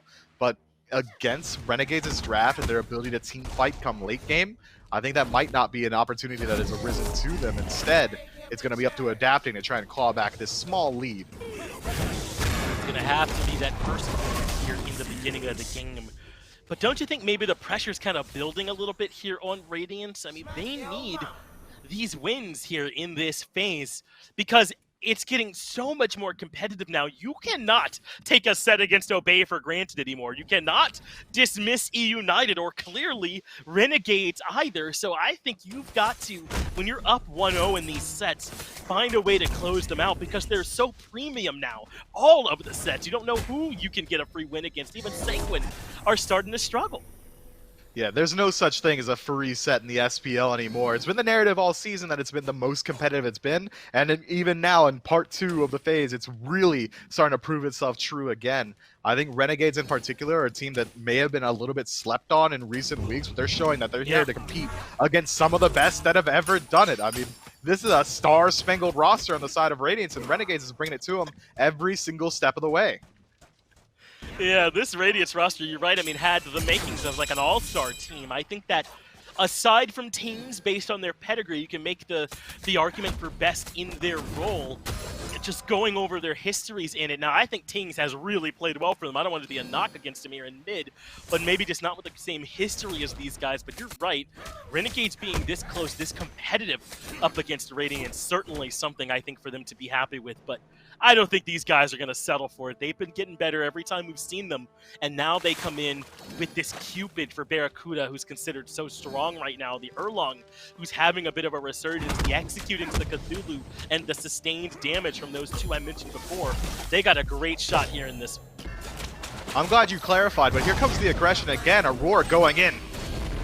And Awesome Jake is the one that's in trouble. Snipes coming through from Cyclone Spin, trying to survive it. And Radiance do a great job defending the purple this time around. I do believe, yeah, Cyclone Spin gets the buff and they get that kill. Well played to the Radiance boys. Now, for the first time, having to play reactively themselves in this set. Renegades are the ones getting a little bit aggressive on that side of the map. A nice pick out by Aurora, just to make sure that no one's in position and ready to get that collapse going for the Radiance boys. But now it's going to be a little bit more so on Radiance again to get a little bit more proactive. They closed up the gap completely. That first blood has gone by the wayside, and the lead that Barracuda had established for himself has gone as well. I think you were right to clarify that BMT is certainly not one to sleep on in this roster, especially after the performance we saw last game on that on her. But Adapting, get a little aggressive around this Totem wants to help out. Yeah, Adapting was rotating in. Lasmer was lurking in the wings. So now it's the full 2-on-2 here in solo. There was a while where this was the meta. Wow, they really thought they were getting that stun, didn't they? But it doesn't connect from Variety. Lasmer wastes the blink ult. And I gotta bet Benji's chuckling under his breath. Maybe not even under his breath, a full belly laugh is from Benji now that Adapting knows he's going to have the full advantage in that next fight. He maintains his own ultimate, now he can look to get a little bit aggressive, knowing that Lazra is going to be a little bit weak for the next couple of minutes as he waits for that ultimate and blink to come back up. Variety still has Fatal Strike, though, so this is not free here in right, and it looks like they recognize it, they give up on it a bit, but Adapting is in no man's land, starting to get surrounded. Jake and Lasbra both here. Overhead kick gets him away, so he goes to put damage onto the squishy to try and discourage Lasbra from sticking around, but now he's in trouble. Variety closing the gap, but great damage from Tings forces Variety back, and now Benji can get aggressive. Woo! That's enough for the kill into Variety, even ults afterwards for good measure. I don't know if they can lock down Jake here, but 2 quick kills going the way of Radiance. Yeah, secondary belly lap from Benji, followed by a victory lap with the ultimate. Now the blue buff is being looked at by Radiance. Awesome Jake, the only one in range to defend. Lazra coming up around the side should be enough to deter the Radiance boys from going in, but Adapting loves the fight. Yeah, he does not seem deterred, does he? Mystic Rush away, and oh, Awesome Jake was waiting on him. In comes Arcus as well, and Adapting, giving one back over to the Renegades boys, and now trouble for Aurora as well. Great polymorph, pulled back in by the 9 turns blessing from Lasbra, and just like that, Renegades get a 2-for-0 response of their own.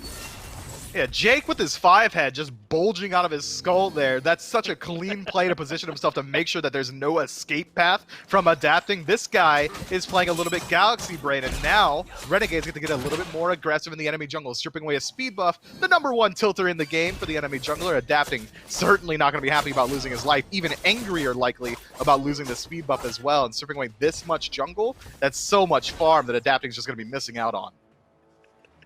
Yeah, if Benji's belly laughing in his chair, then Jake is floating 3 inches above it, legs crossed, arms clasped together.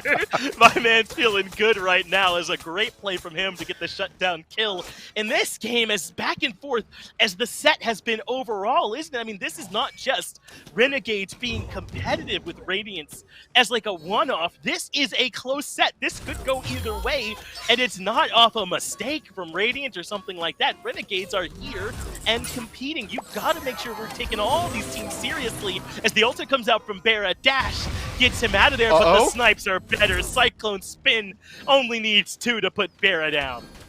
Unfortunate for Bear. He was already walking out of there. He didn't want any part of that fight, but a positioning from Aurora forces the ultimate and then forces the life as well from Cyclone Spin, finding those nice snipes. Lazaro wasn't there in time for the counter rotation, but this game completely even. 800 gold separating these two teams at 9 minutes. Slash lines even as well. 3 and 3 are where we're standing. Again, it seems like every single game gets determined. The first one to get towards that gold free is able to get the lead and then try and push it elsewhere on the map. And both teams have a very good shot at looking towards it. The confirmation might favor Radiance ever so slightly, having BMT on this Agni, but burn potential definitely goes the way of Renegades having an Erlang Shen in the jungle.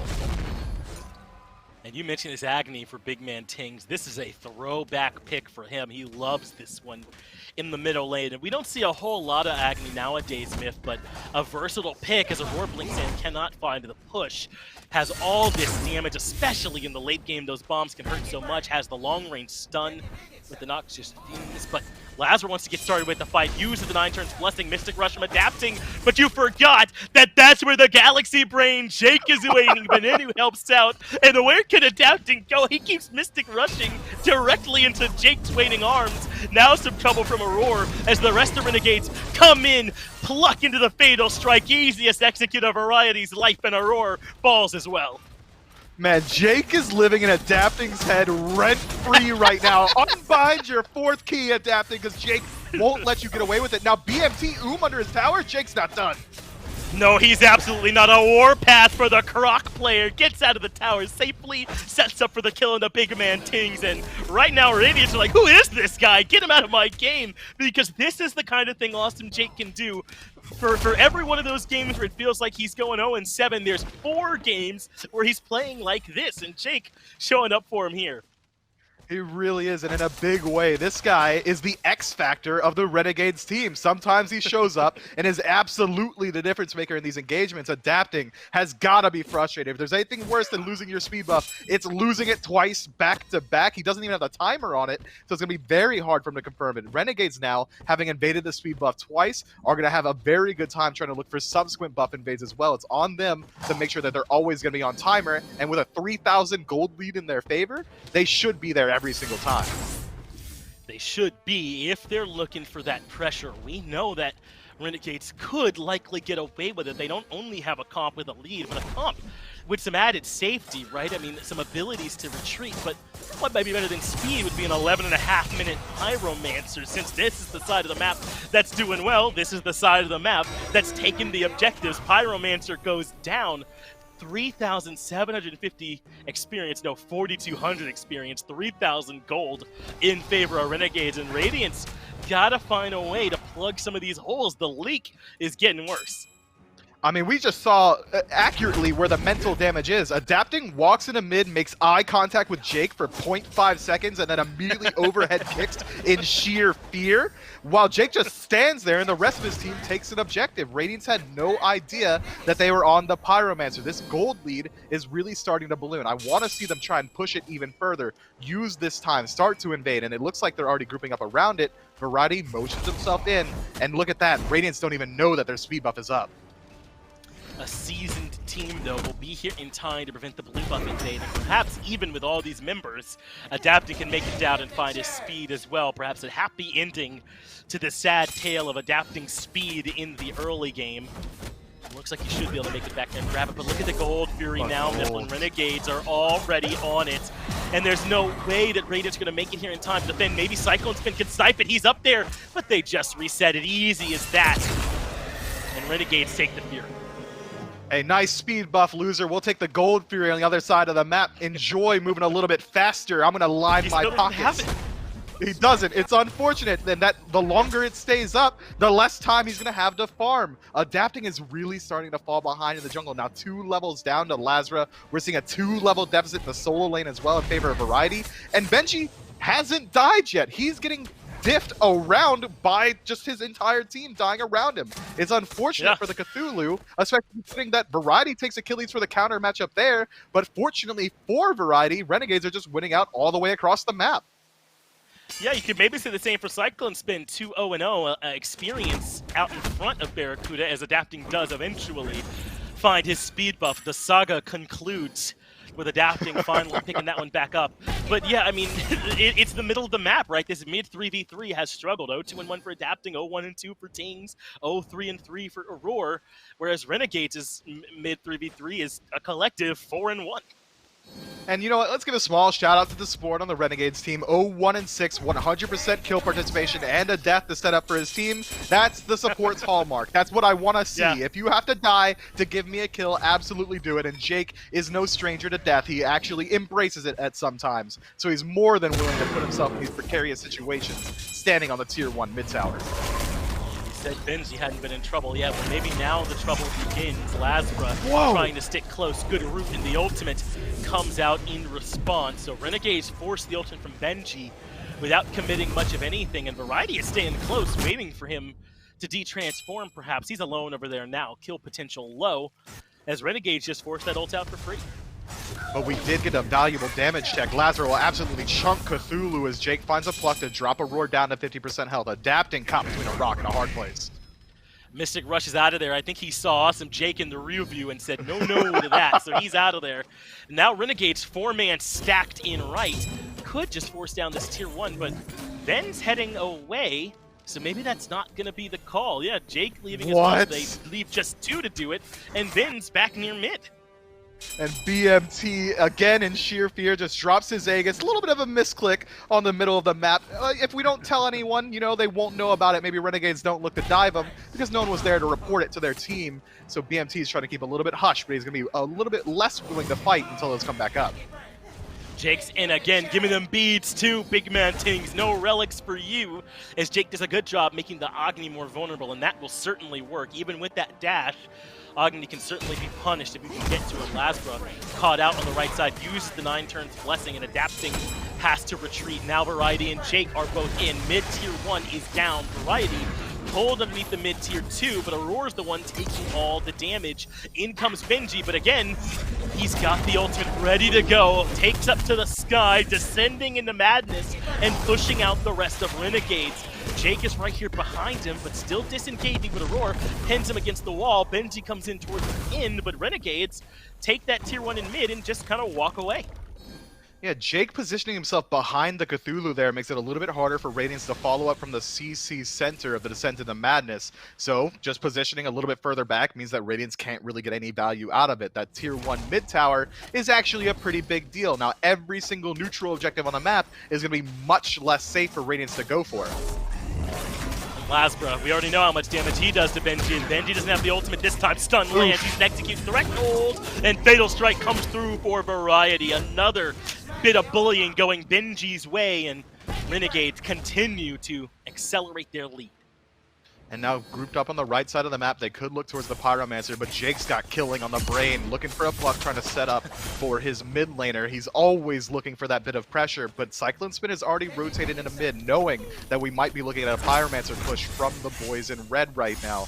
Instead, it seems like both teams are going to fizzle back, try and go back to farming. I take it back, it's actually a Pyromancer.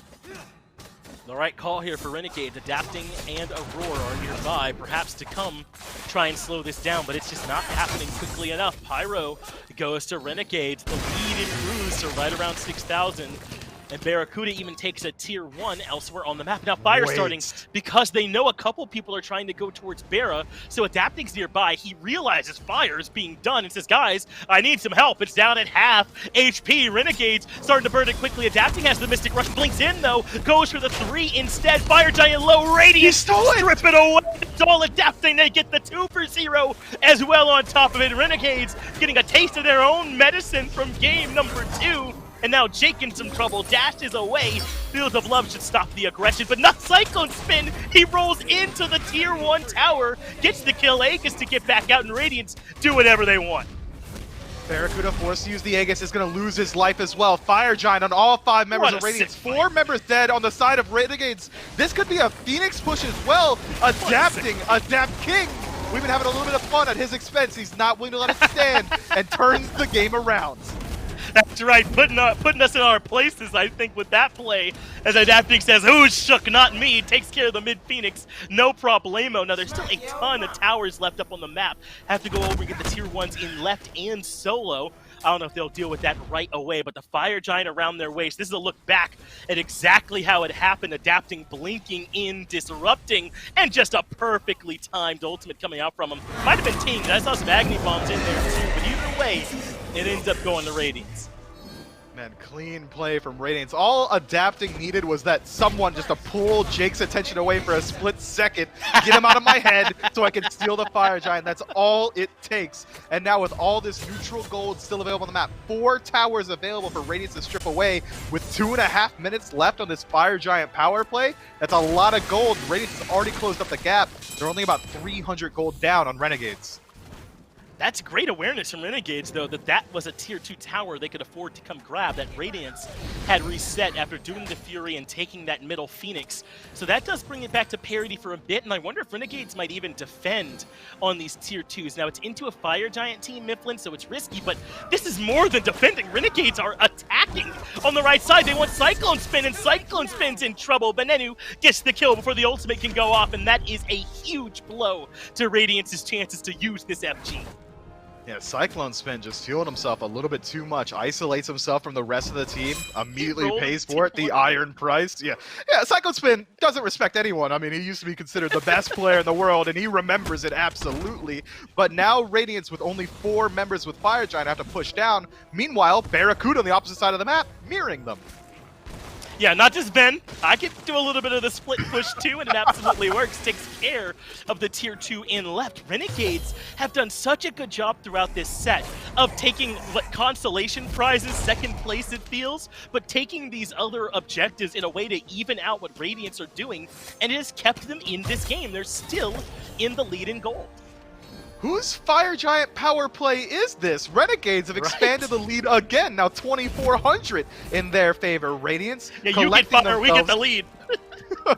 It's ours, you can have it, we don't care. But now Renegades are still going to have to contend with this Fire Giant push eventually. Only 50 seconds left on the buff. I imagine at least get a tier 1 tower on the side of Radiance, potentially a tier 2. We're seeing a 5-man stack as Cyclone Spin finally respawns. But Renegades don't care. They're pushing down the center. They sure are. I even have some members over in this right lane, perhaps to push there. So Veneno will back. He'll be able to get into position. It's a full back from all of Renegade, so they will give up this tier 1. That's nothing at this point, and perhaps defend the tier 2. Jake is there, as is Barracuda. I say Jake is there. I don't think he can come around the front anymore. He'll have to go all the way around the long way, so this tier 2 forfeit as well. But look at this call from Renegades. Great work there, Doug. They're going to try and push this, but now they know the backs are coming. Look at this. Variety has retreated. No, he's going to stay. Now they retreat. Okay, maybe she just kept the back channeling. But either way, I think the job done. They keep Radiance only doing the tier 2. I guess Renegades was worried about further backs coming through there. They get the communication from the rest of their team. Hey, we can't stop their backs. We don't know how many people are backing right now. Go ahead, pull out, see what you can do. You got the tier 2 tower. We've matched their push. We do lose out on the mid Phoenix on the side of Renegades, but that should be spawning relatively shortly. Definitely in time to put up a Fire Giant defense. And again, Renegades are going to be coming into this 5-on-5 with a slight advantage. About 1,000, 2,000 gold separating these two teams. 22 minutes in as everyone's rapidly approaching level 20. Not nearly as impactful as it was earlier on, but still a lot better than you could have hoped for considering Radiance had Fire Giant on all 5 members. Now the Vision War is going to begin. Renegades have to get there quickly, but they still have to contend with at least one more fire wave. I mean, how often does that happen? Just mathematically, where the other team gets FG, and then your team expands the lead out further. It's still very, very close here at this point. So I think Radiance and Renegades have equal right to be out here. Radiance are the ones that take Pyromancer, though. They have the aggressive positioning around the Fire Giant as well, Mifflin, but not starting it up just yet. 2 in mid for Renegades, 3 here in the jungle, falling back to defensive positioning. But Aurora going in, blinking on a variety, ends up getting hit by the Heart Bomb, taking quite a bit of damage. And now getting plucked back into the Fields of Love. Aurora has to use his ultimate just to make it out, but he's so low. Arcus even coming out too, so Aurora fully on the retreat. Man, are you sure you want to pluck Variety Aurora? It didn't really work out for you I this don't time. think Now so. 10% health, but he does trade out the ultimate from Hera, which is going to be hugely impactful come team fight, but at least it's going to be able to take up the Fire Giant for the boys. It's burning a little bit slow. Radiant should be able to get in there. Fields of Love was used too, so Renegades, you could say down 2 ultimates coming into this fight. They go for Benji first though with the Polymorph, put some decent damage in on him. Arcus is keeping this Fire Giant leashed for a moment, but Renegades are not stepping back in, so it is going to start to heal back up. They'll be starting from scratch, it seems, if they want to pull this FG again. It will be. The dance continues, and it's completely even. Renegades have the added benefit of having a healer on their comp. Barracuda should be able to sustain up their team if they try and take a little bit of a poke war, but Jake, kind of deep, doesn't get caught out by Aurora there, is able to make his way out. Radiance is staying tightly grouped up now. Benji, the only one acting as a solo agent. Renegades got to play very carefully. Renegades are hanging back a bit. No, they're doing the opposite. They poke the FG, think better of it though, and instead step forward towards Benji and Aurora. Big Man team's a bit out of the picture.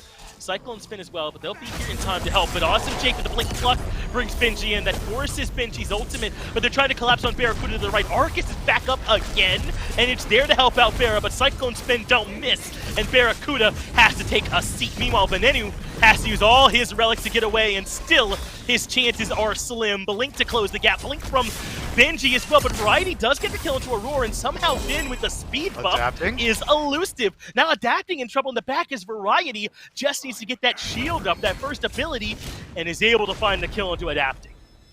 What a disjointed fight from both teams, where Renegades again eking out a small victory. It's a 2-for-1 in favor of them. Barracuda trades out his life very early on, thankfully, through some nice snipes from Cyclone Spin, but it's not going to be enough to open up an opportunity towards the Fire Giant. They're still going to have to push in pretty standard. They do have the damage if they think they can move in, but with BMT and Benji still alive, there's a lot of steal potential. Lasra hovering around, trying to get a little bit more vision coming forward.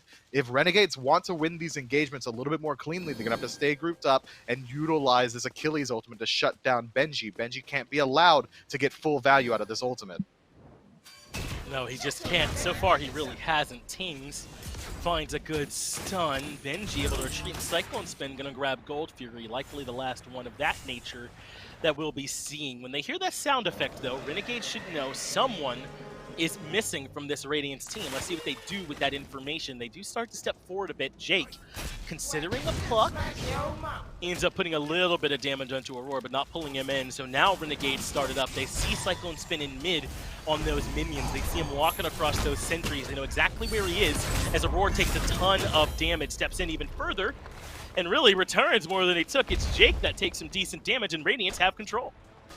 Jake does such a good job there, pushing out the entirety of Radiance's team, but the Fire Giant pool was a little bit overzealous, forces them to reset themselves. They do get Aurora's Blink and ultimate there, so it's not too bad for them.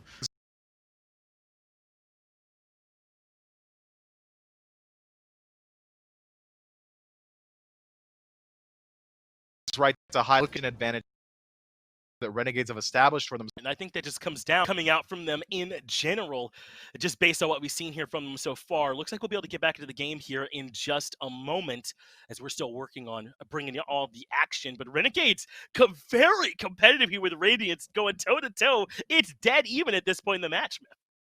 And even in a deadlock around this Fire Giant dance for the last couple of minutes here. I mean, no one's really been able to pull themselves a real lead. It seems like Renegades are occasionally able to find a little bit of poke and then utilize the heals from Cupid, but they haven't really been able to utilize the damage from this Hera just yet. A couple of misplays around Ben's ultimate have left them high and dry. This Bubble Buddy hasn't really found the damage that they need, but I gotta highlight it, man. Jake is playing incredibly well right now. Not just the 5-head plays that we were joking about earlier on, but also just positioning around these team fights, good plucks, good tail whips, able to peel back and make sure that his team's...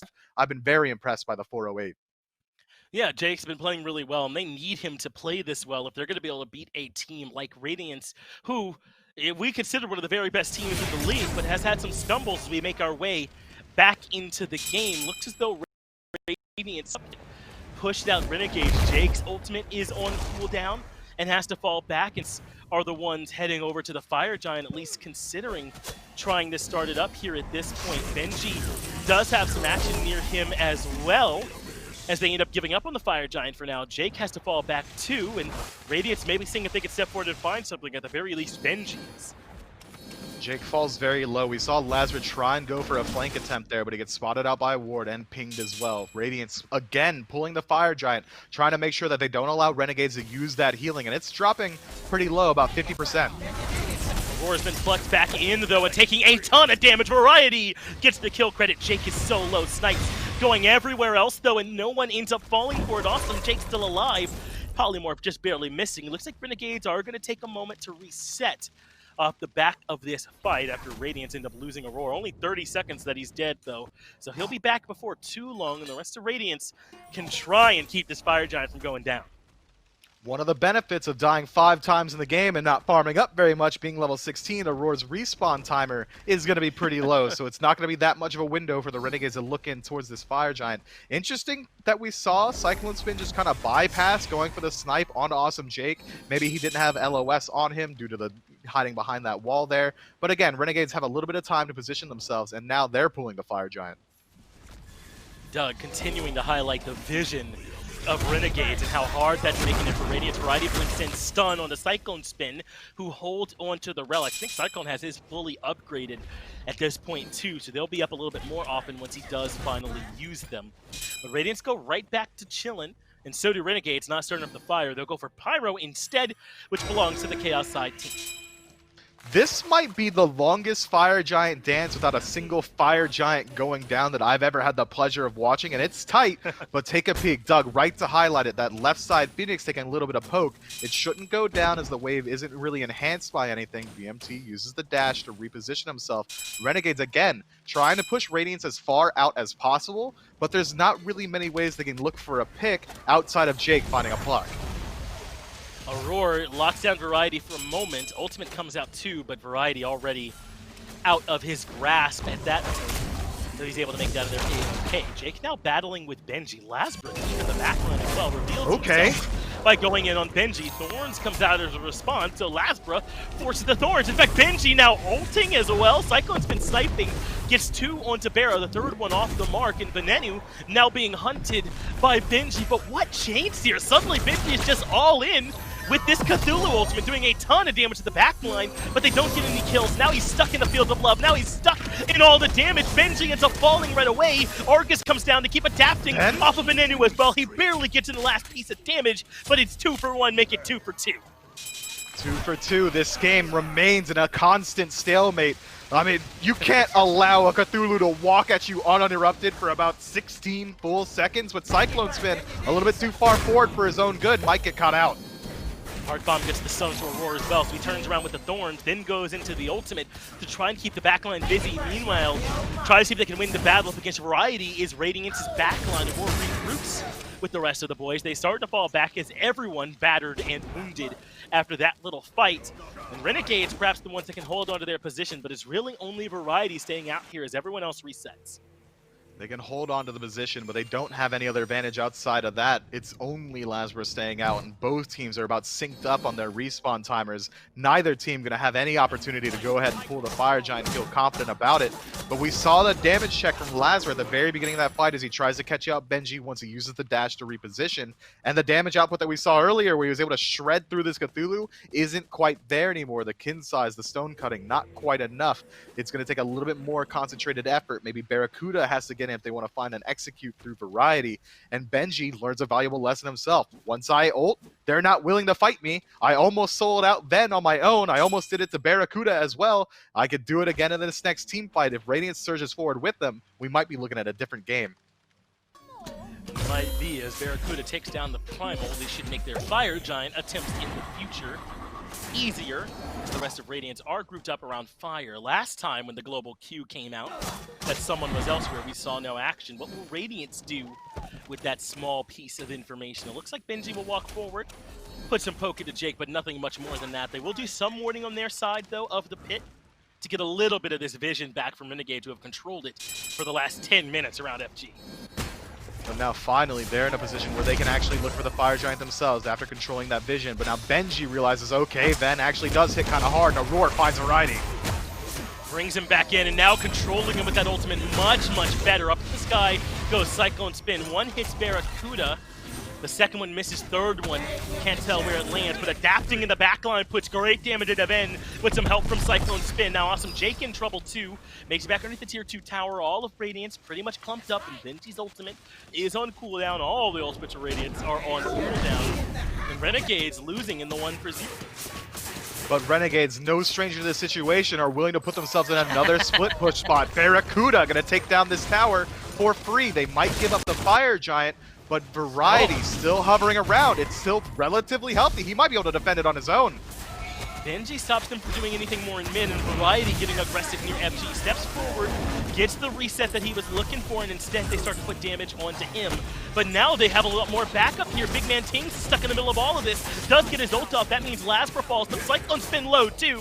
He falls to Jake, who gets the double. Doing it all for Renegades today, even finishing off the kills. Barra, though, is now the one in some trouble. Benji gets the kill credit, but adapting is low. Who has the damage, though, to take care of him? The answer is no one.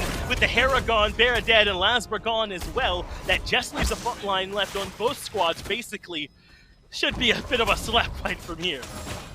Yeah, Jake's just on peel duty, trying to make sure Variety makes it out of there alive. No ultimates available. Variety's just now comes back up. Radiant's got to play safe around that execute threshold, but Benji being so healthy, no one's going to be able to put him there. Jake does a good job with the pluck to reposition them. And again, we go back to a state of equity. Radiance gets a momentary advantage as they get the vision advantage around the Fire Giant. Renegades lose out 1 for none, then immediately split push a tower, and then wrap back around off of Variety, moving into the Fire Giant, forcing Radiance off, and turns it into, again, a very split team fight. This dance, it might go on forever. Seems to be a very, very close one between these two teams. Now, Radiance did get the middle Phoenix earlier in this game off a push. You can tell it is a bit weaker over there, so perhaps that's something in their favor in this overall game state of just very near parity, as even Aurora getting close to level 20 here at this point. But for the most part, this one's going to be determined by who wins this fight cleanly for the first time. Jake getting a bit aggressive, but is deterred by the mire coming out from Benji. And look at all the relic usage. There's not many available. BMT in particular is not going to have his beads or agates for about another minute now. He's going to have to play very safe around this Fire Giant dance. It's ticked over to EFG about 4 minutes ago, so whoever does pick it up is likely going to be in a very good position, primed and ready to win this game. Neither team really has tried to split up the map too much in these dances. Normally you'll see junglers try and pressure out mid, or at least force someone to rotate in, and it seems like Lazarus is starting to make that adjustment as he moves himself towards the center of the map. Renegades in a bit of a pickle. Jake has taken a ton of damage, goes into lurking the waters, but how did they get to the back line so effectively? Variety and Lasper both here. Tings has to run, but there aren't any towers left here anymore. Execute comes through, and Tings is pushing up daisies. What about Benenu adapting there to complete the kill to make it 1-for-1, and Benji provides some support. Barracuda gets stunned. The snipes come through from Cyclone Spin, and Barra has to take a seat, but Variety, with 5 in a row, is able to get one more of his own, 2 for 2. As the evenness of this match continues.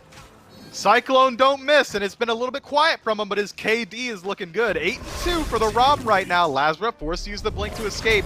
A little bit curious, seeing as Benji's up there so far alone. He does have the damage output to at least make him think twice about it. Maybe he's worried about the rotation in from Aurora or Cyclone. Again, a 2-for-2 trade. It remains completely even, but Renegades are the ones trying to get a little bit aggressive on that push. They start up the fight themselves. Variety makes his way into the backline very effectively. BMT, having no relics, immediately falls down, almost with no resistance. Jake was able to separate the team fight as well, making sure that it really was just a 1v1 between Variety and the Agni, but it's not enough to separate this team fight. Now we're looking at another split push situation. Lazra in the duo lane. Such thin margins in this one. Look, we've got a new grouping around this next Fury as it's about to spawn in. I believe the last one that went down was Primal, so likely that this will be the Oni Fury coming up here as Renegades have Jake in position, Variety lurking back there, and even one more around the corner. That's Lazra. It is indeed that Oni Fury coming up here next, but Radiance have plenty of members present as well. They deny some vision.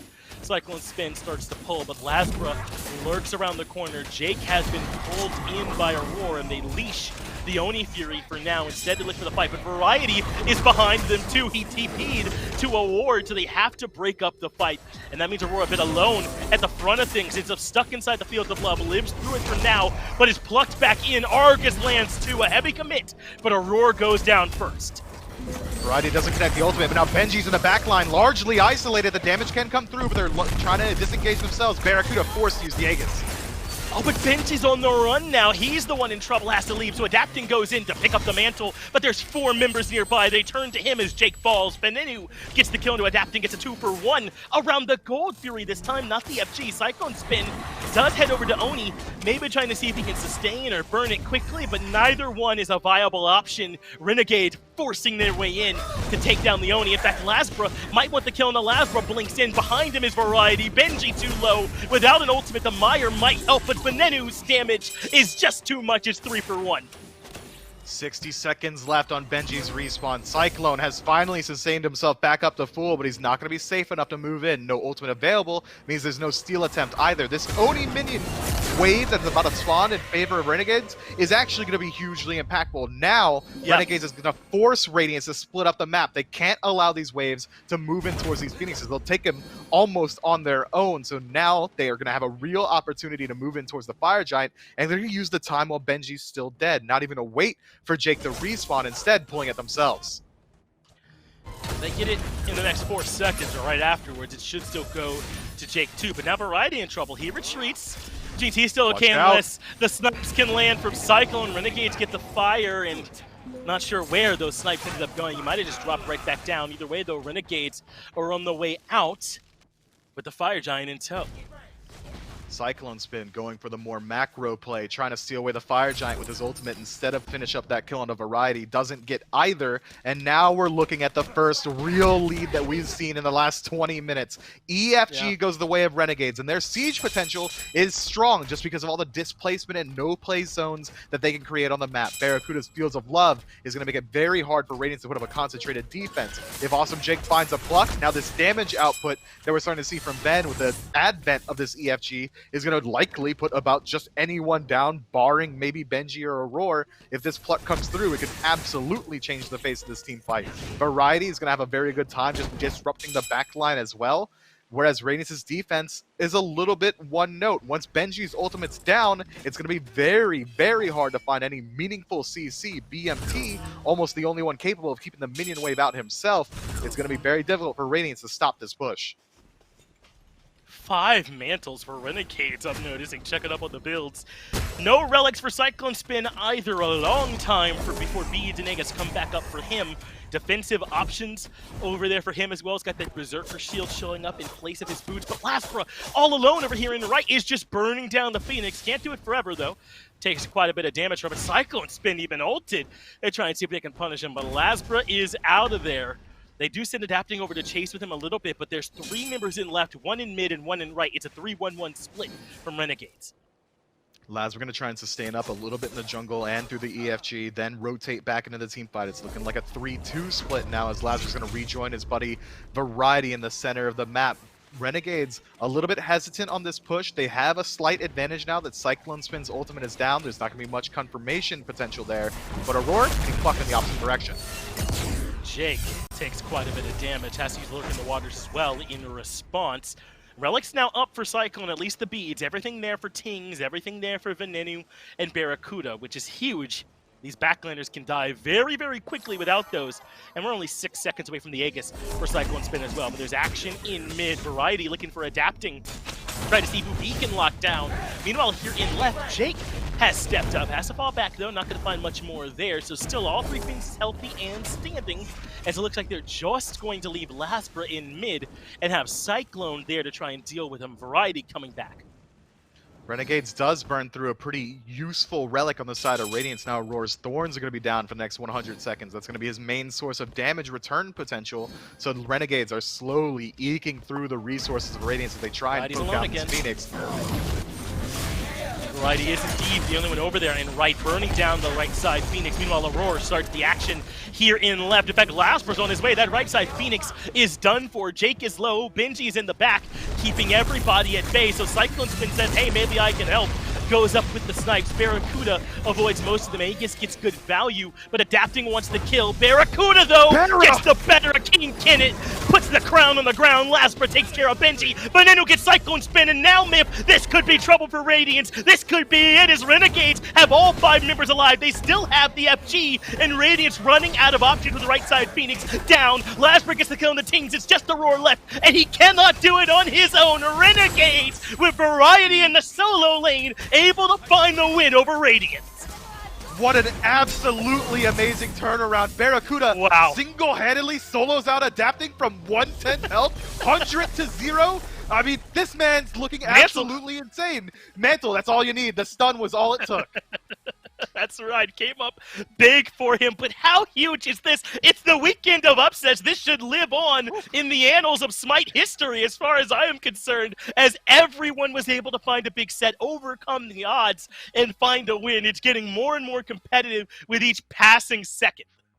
I gotta catch my breath, and as I'm sure Renegades will have to as well. That was the longest Fire Giant dance I've ever had a pleasure to watch. Renegades fight tooth and nail for every little bit that they could take there. Radiance don't look bad. Radiance played incredibly well, but today, Renegades was better. Sometimes when the bottom beats the top, we're like, maybe the top didn't play to their level, but I think they played pretty close. It's just that everyone else is catching up. Plenty more to discuss on the other side of this break.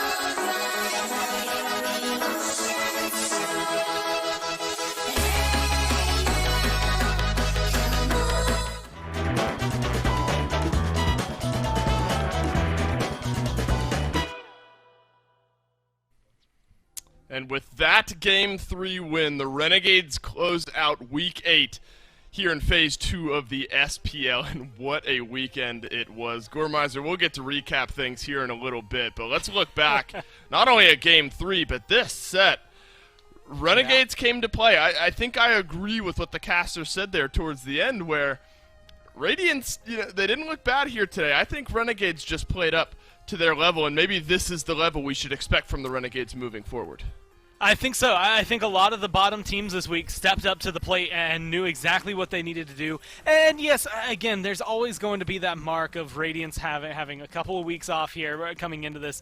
But I think that there was a lot that Renegades were doing that had nothing to do with that. A lot of it around the shot calling, as well as a little bit of a warm-up. You have to think this is the first time they're playing with variety on the big stage. So it does make one game where they have a little bit of, I guess the term I'm going to use is variety in their levels of play because of what they're bringing. And then by the end of the set, it looks like he's been here the entire time for their team. Definitely someone who played a huge role in that. And it's insane to look back at this because you look at, even the highlight right there. 16 minutes in, 7-3, Renegades are in control.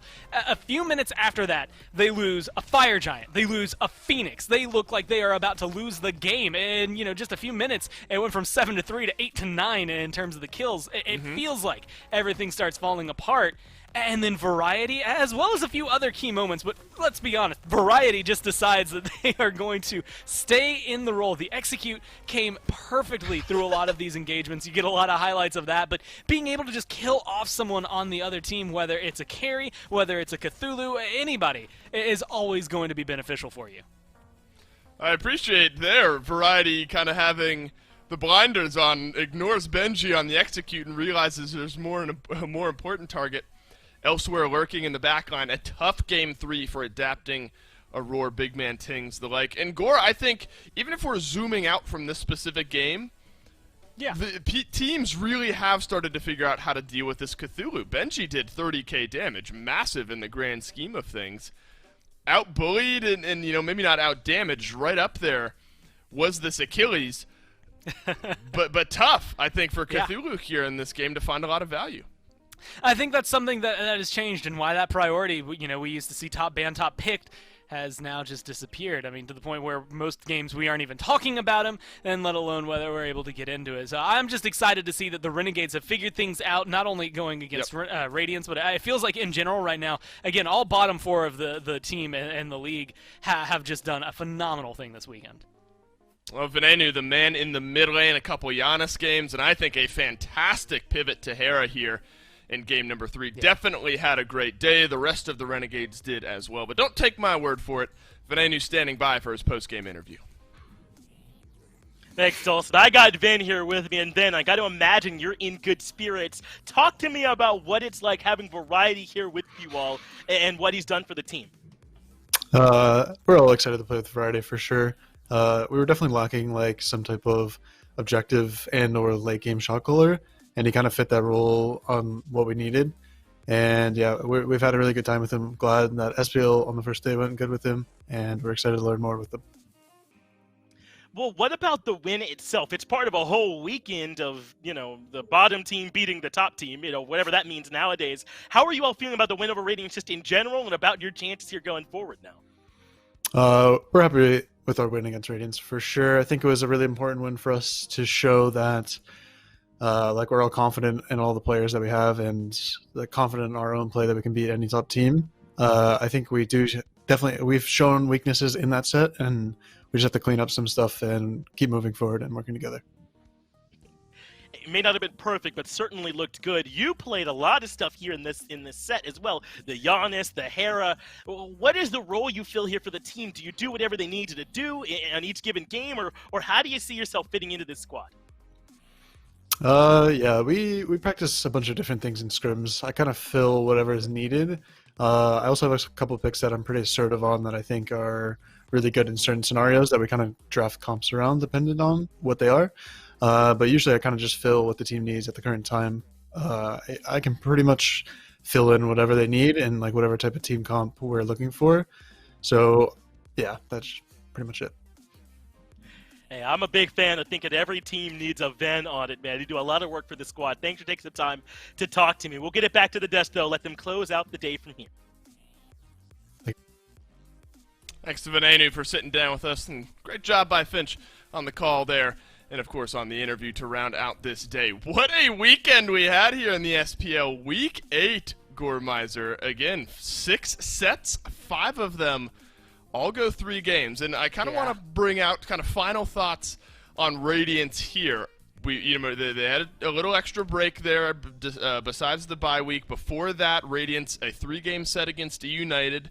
Now a 3-game set loss against Obey, a 3-game set loss against the Renegades.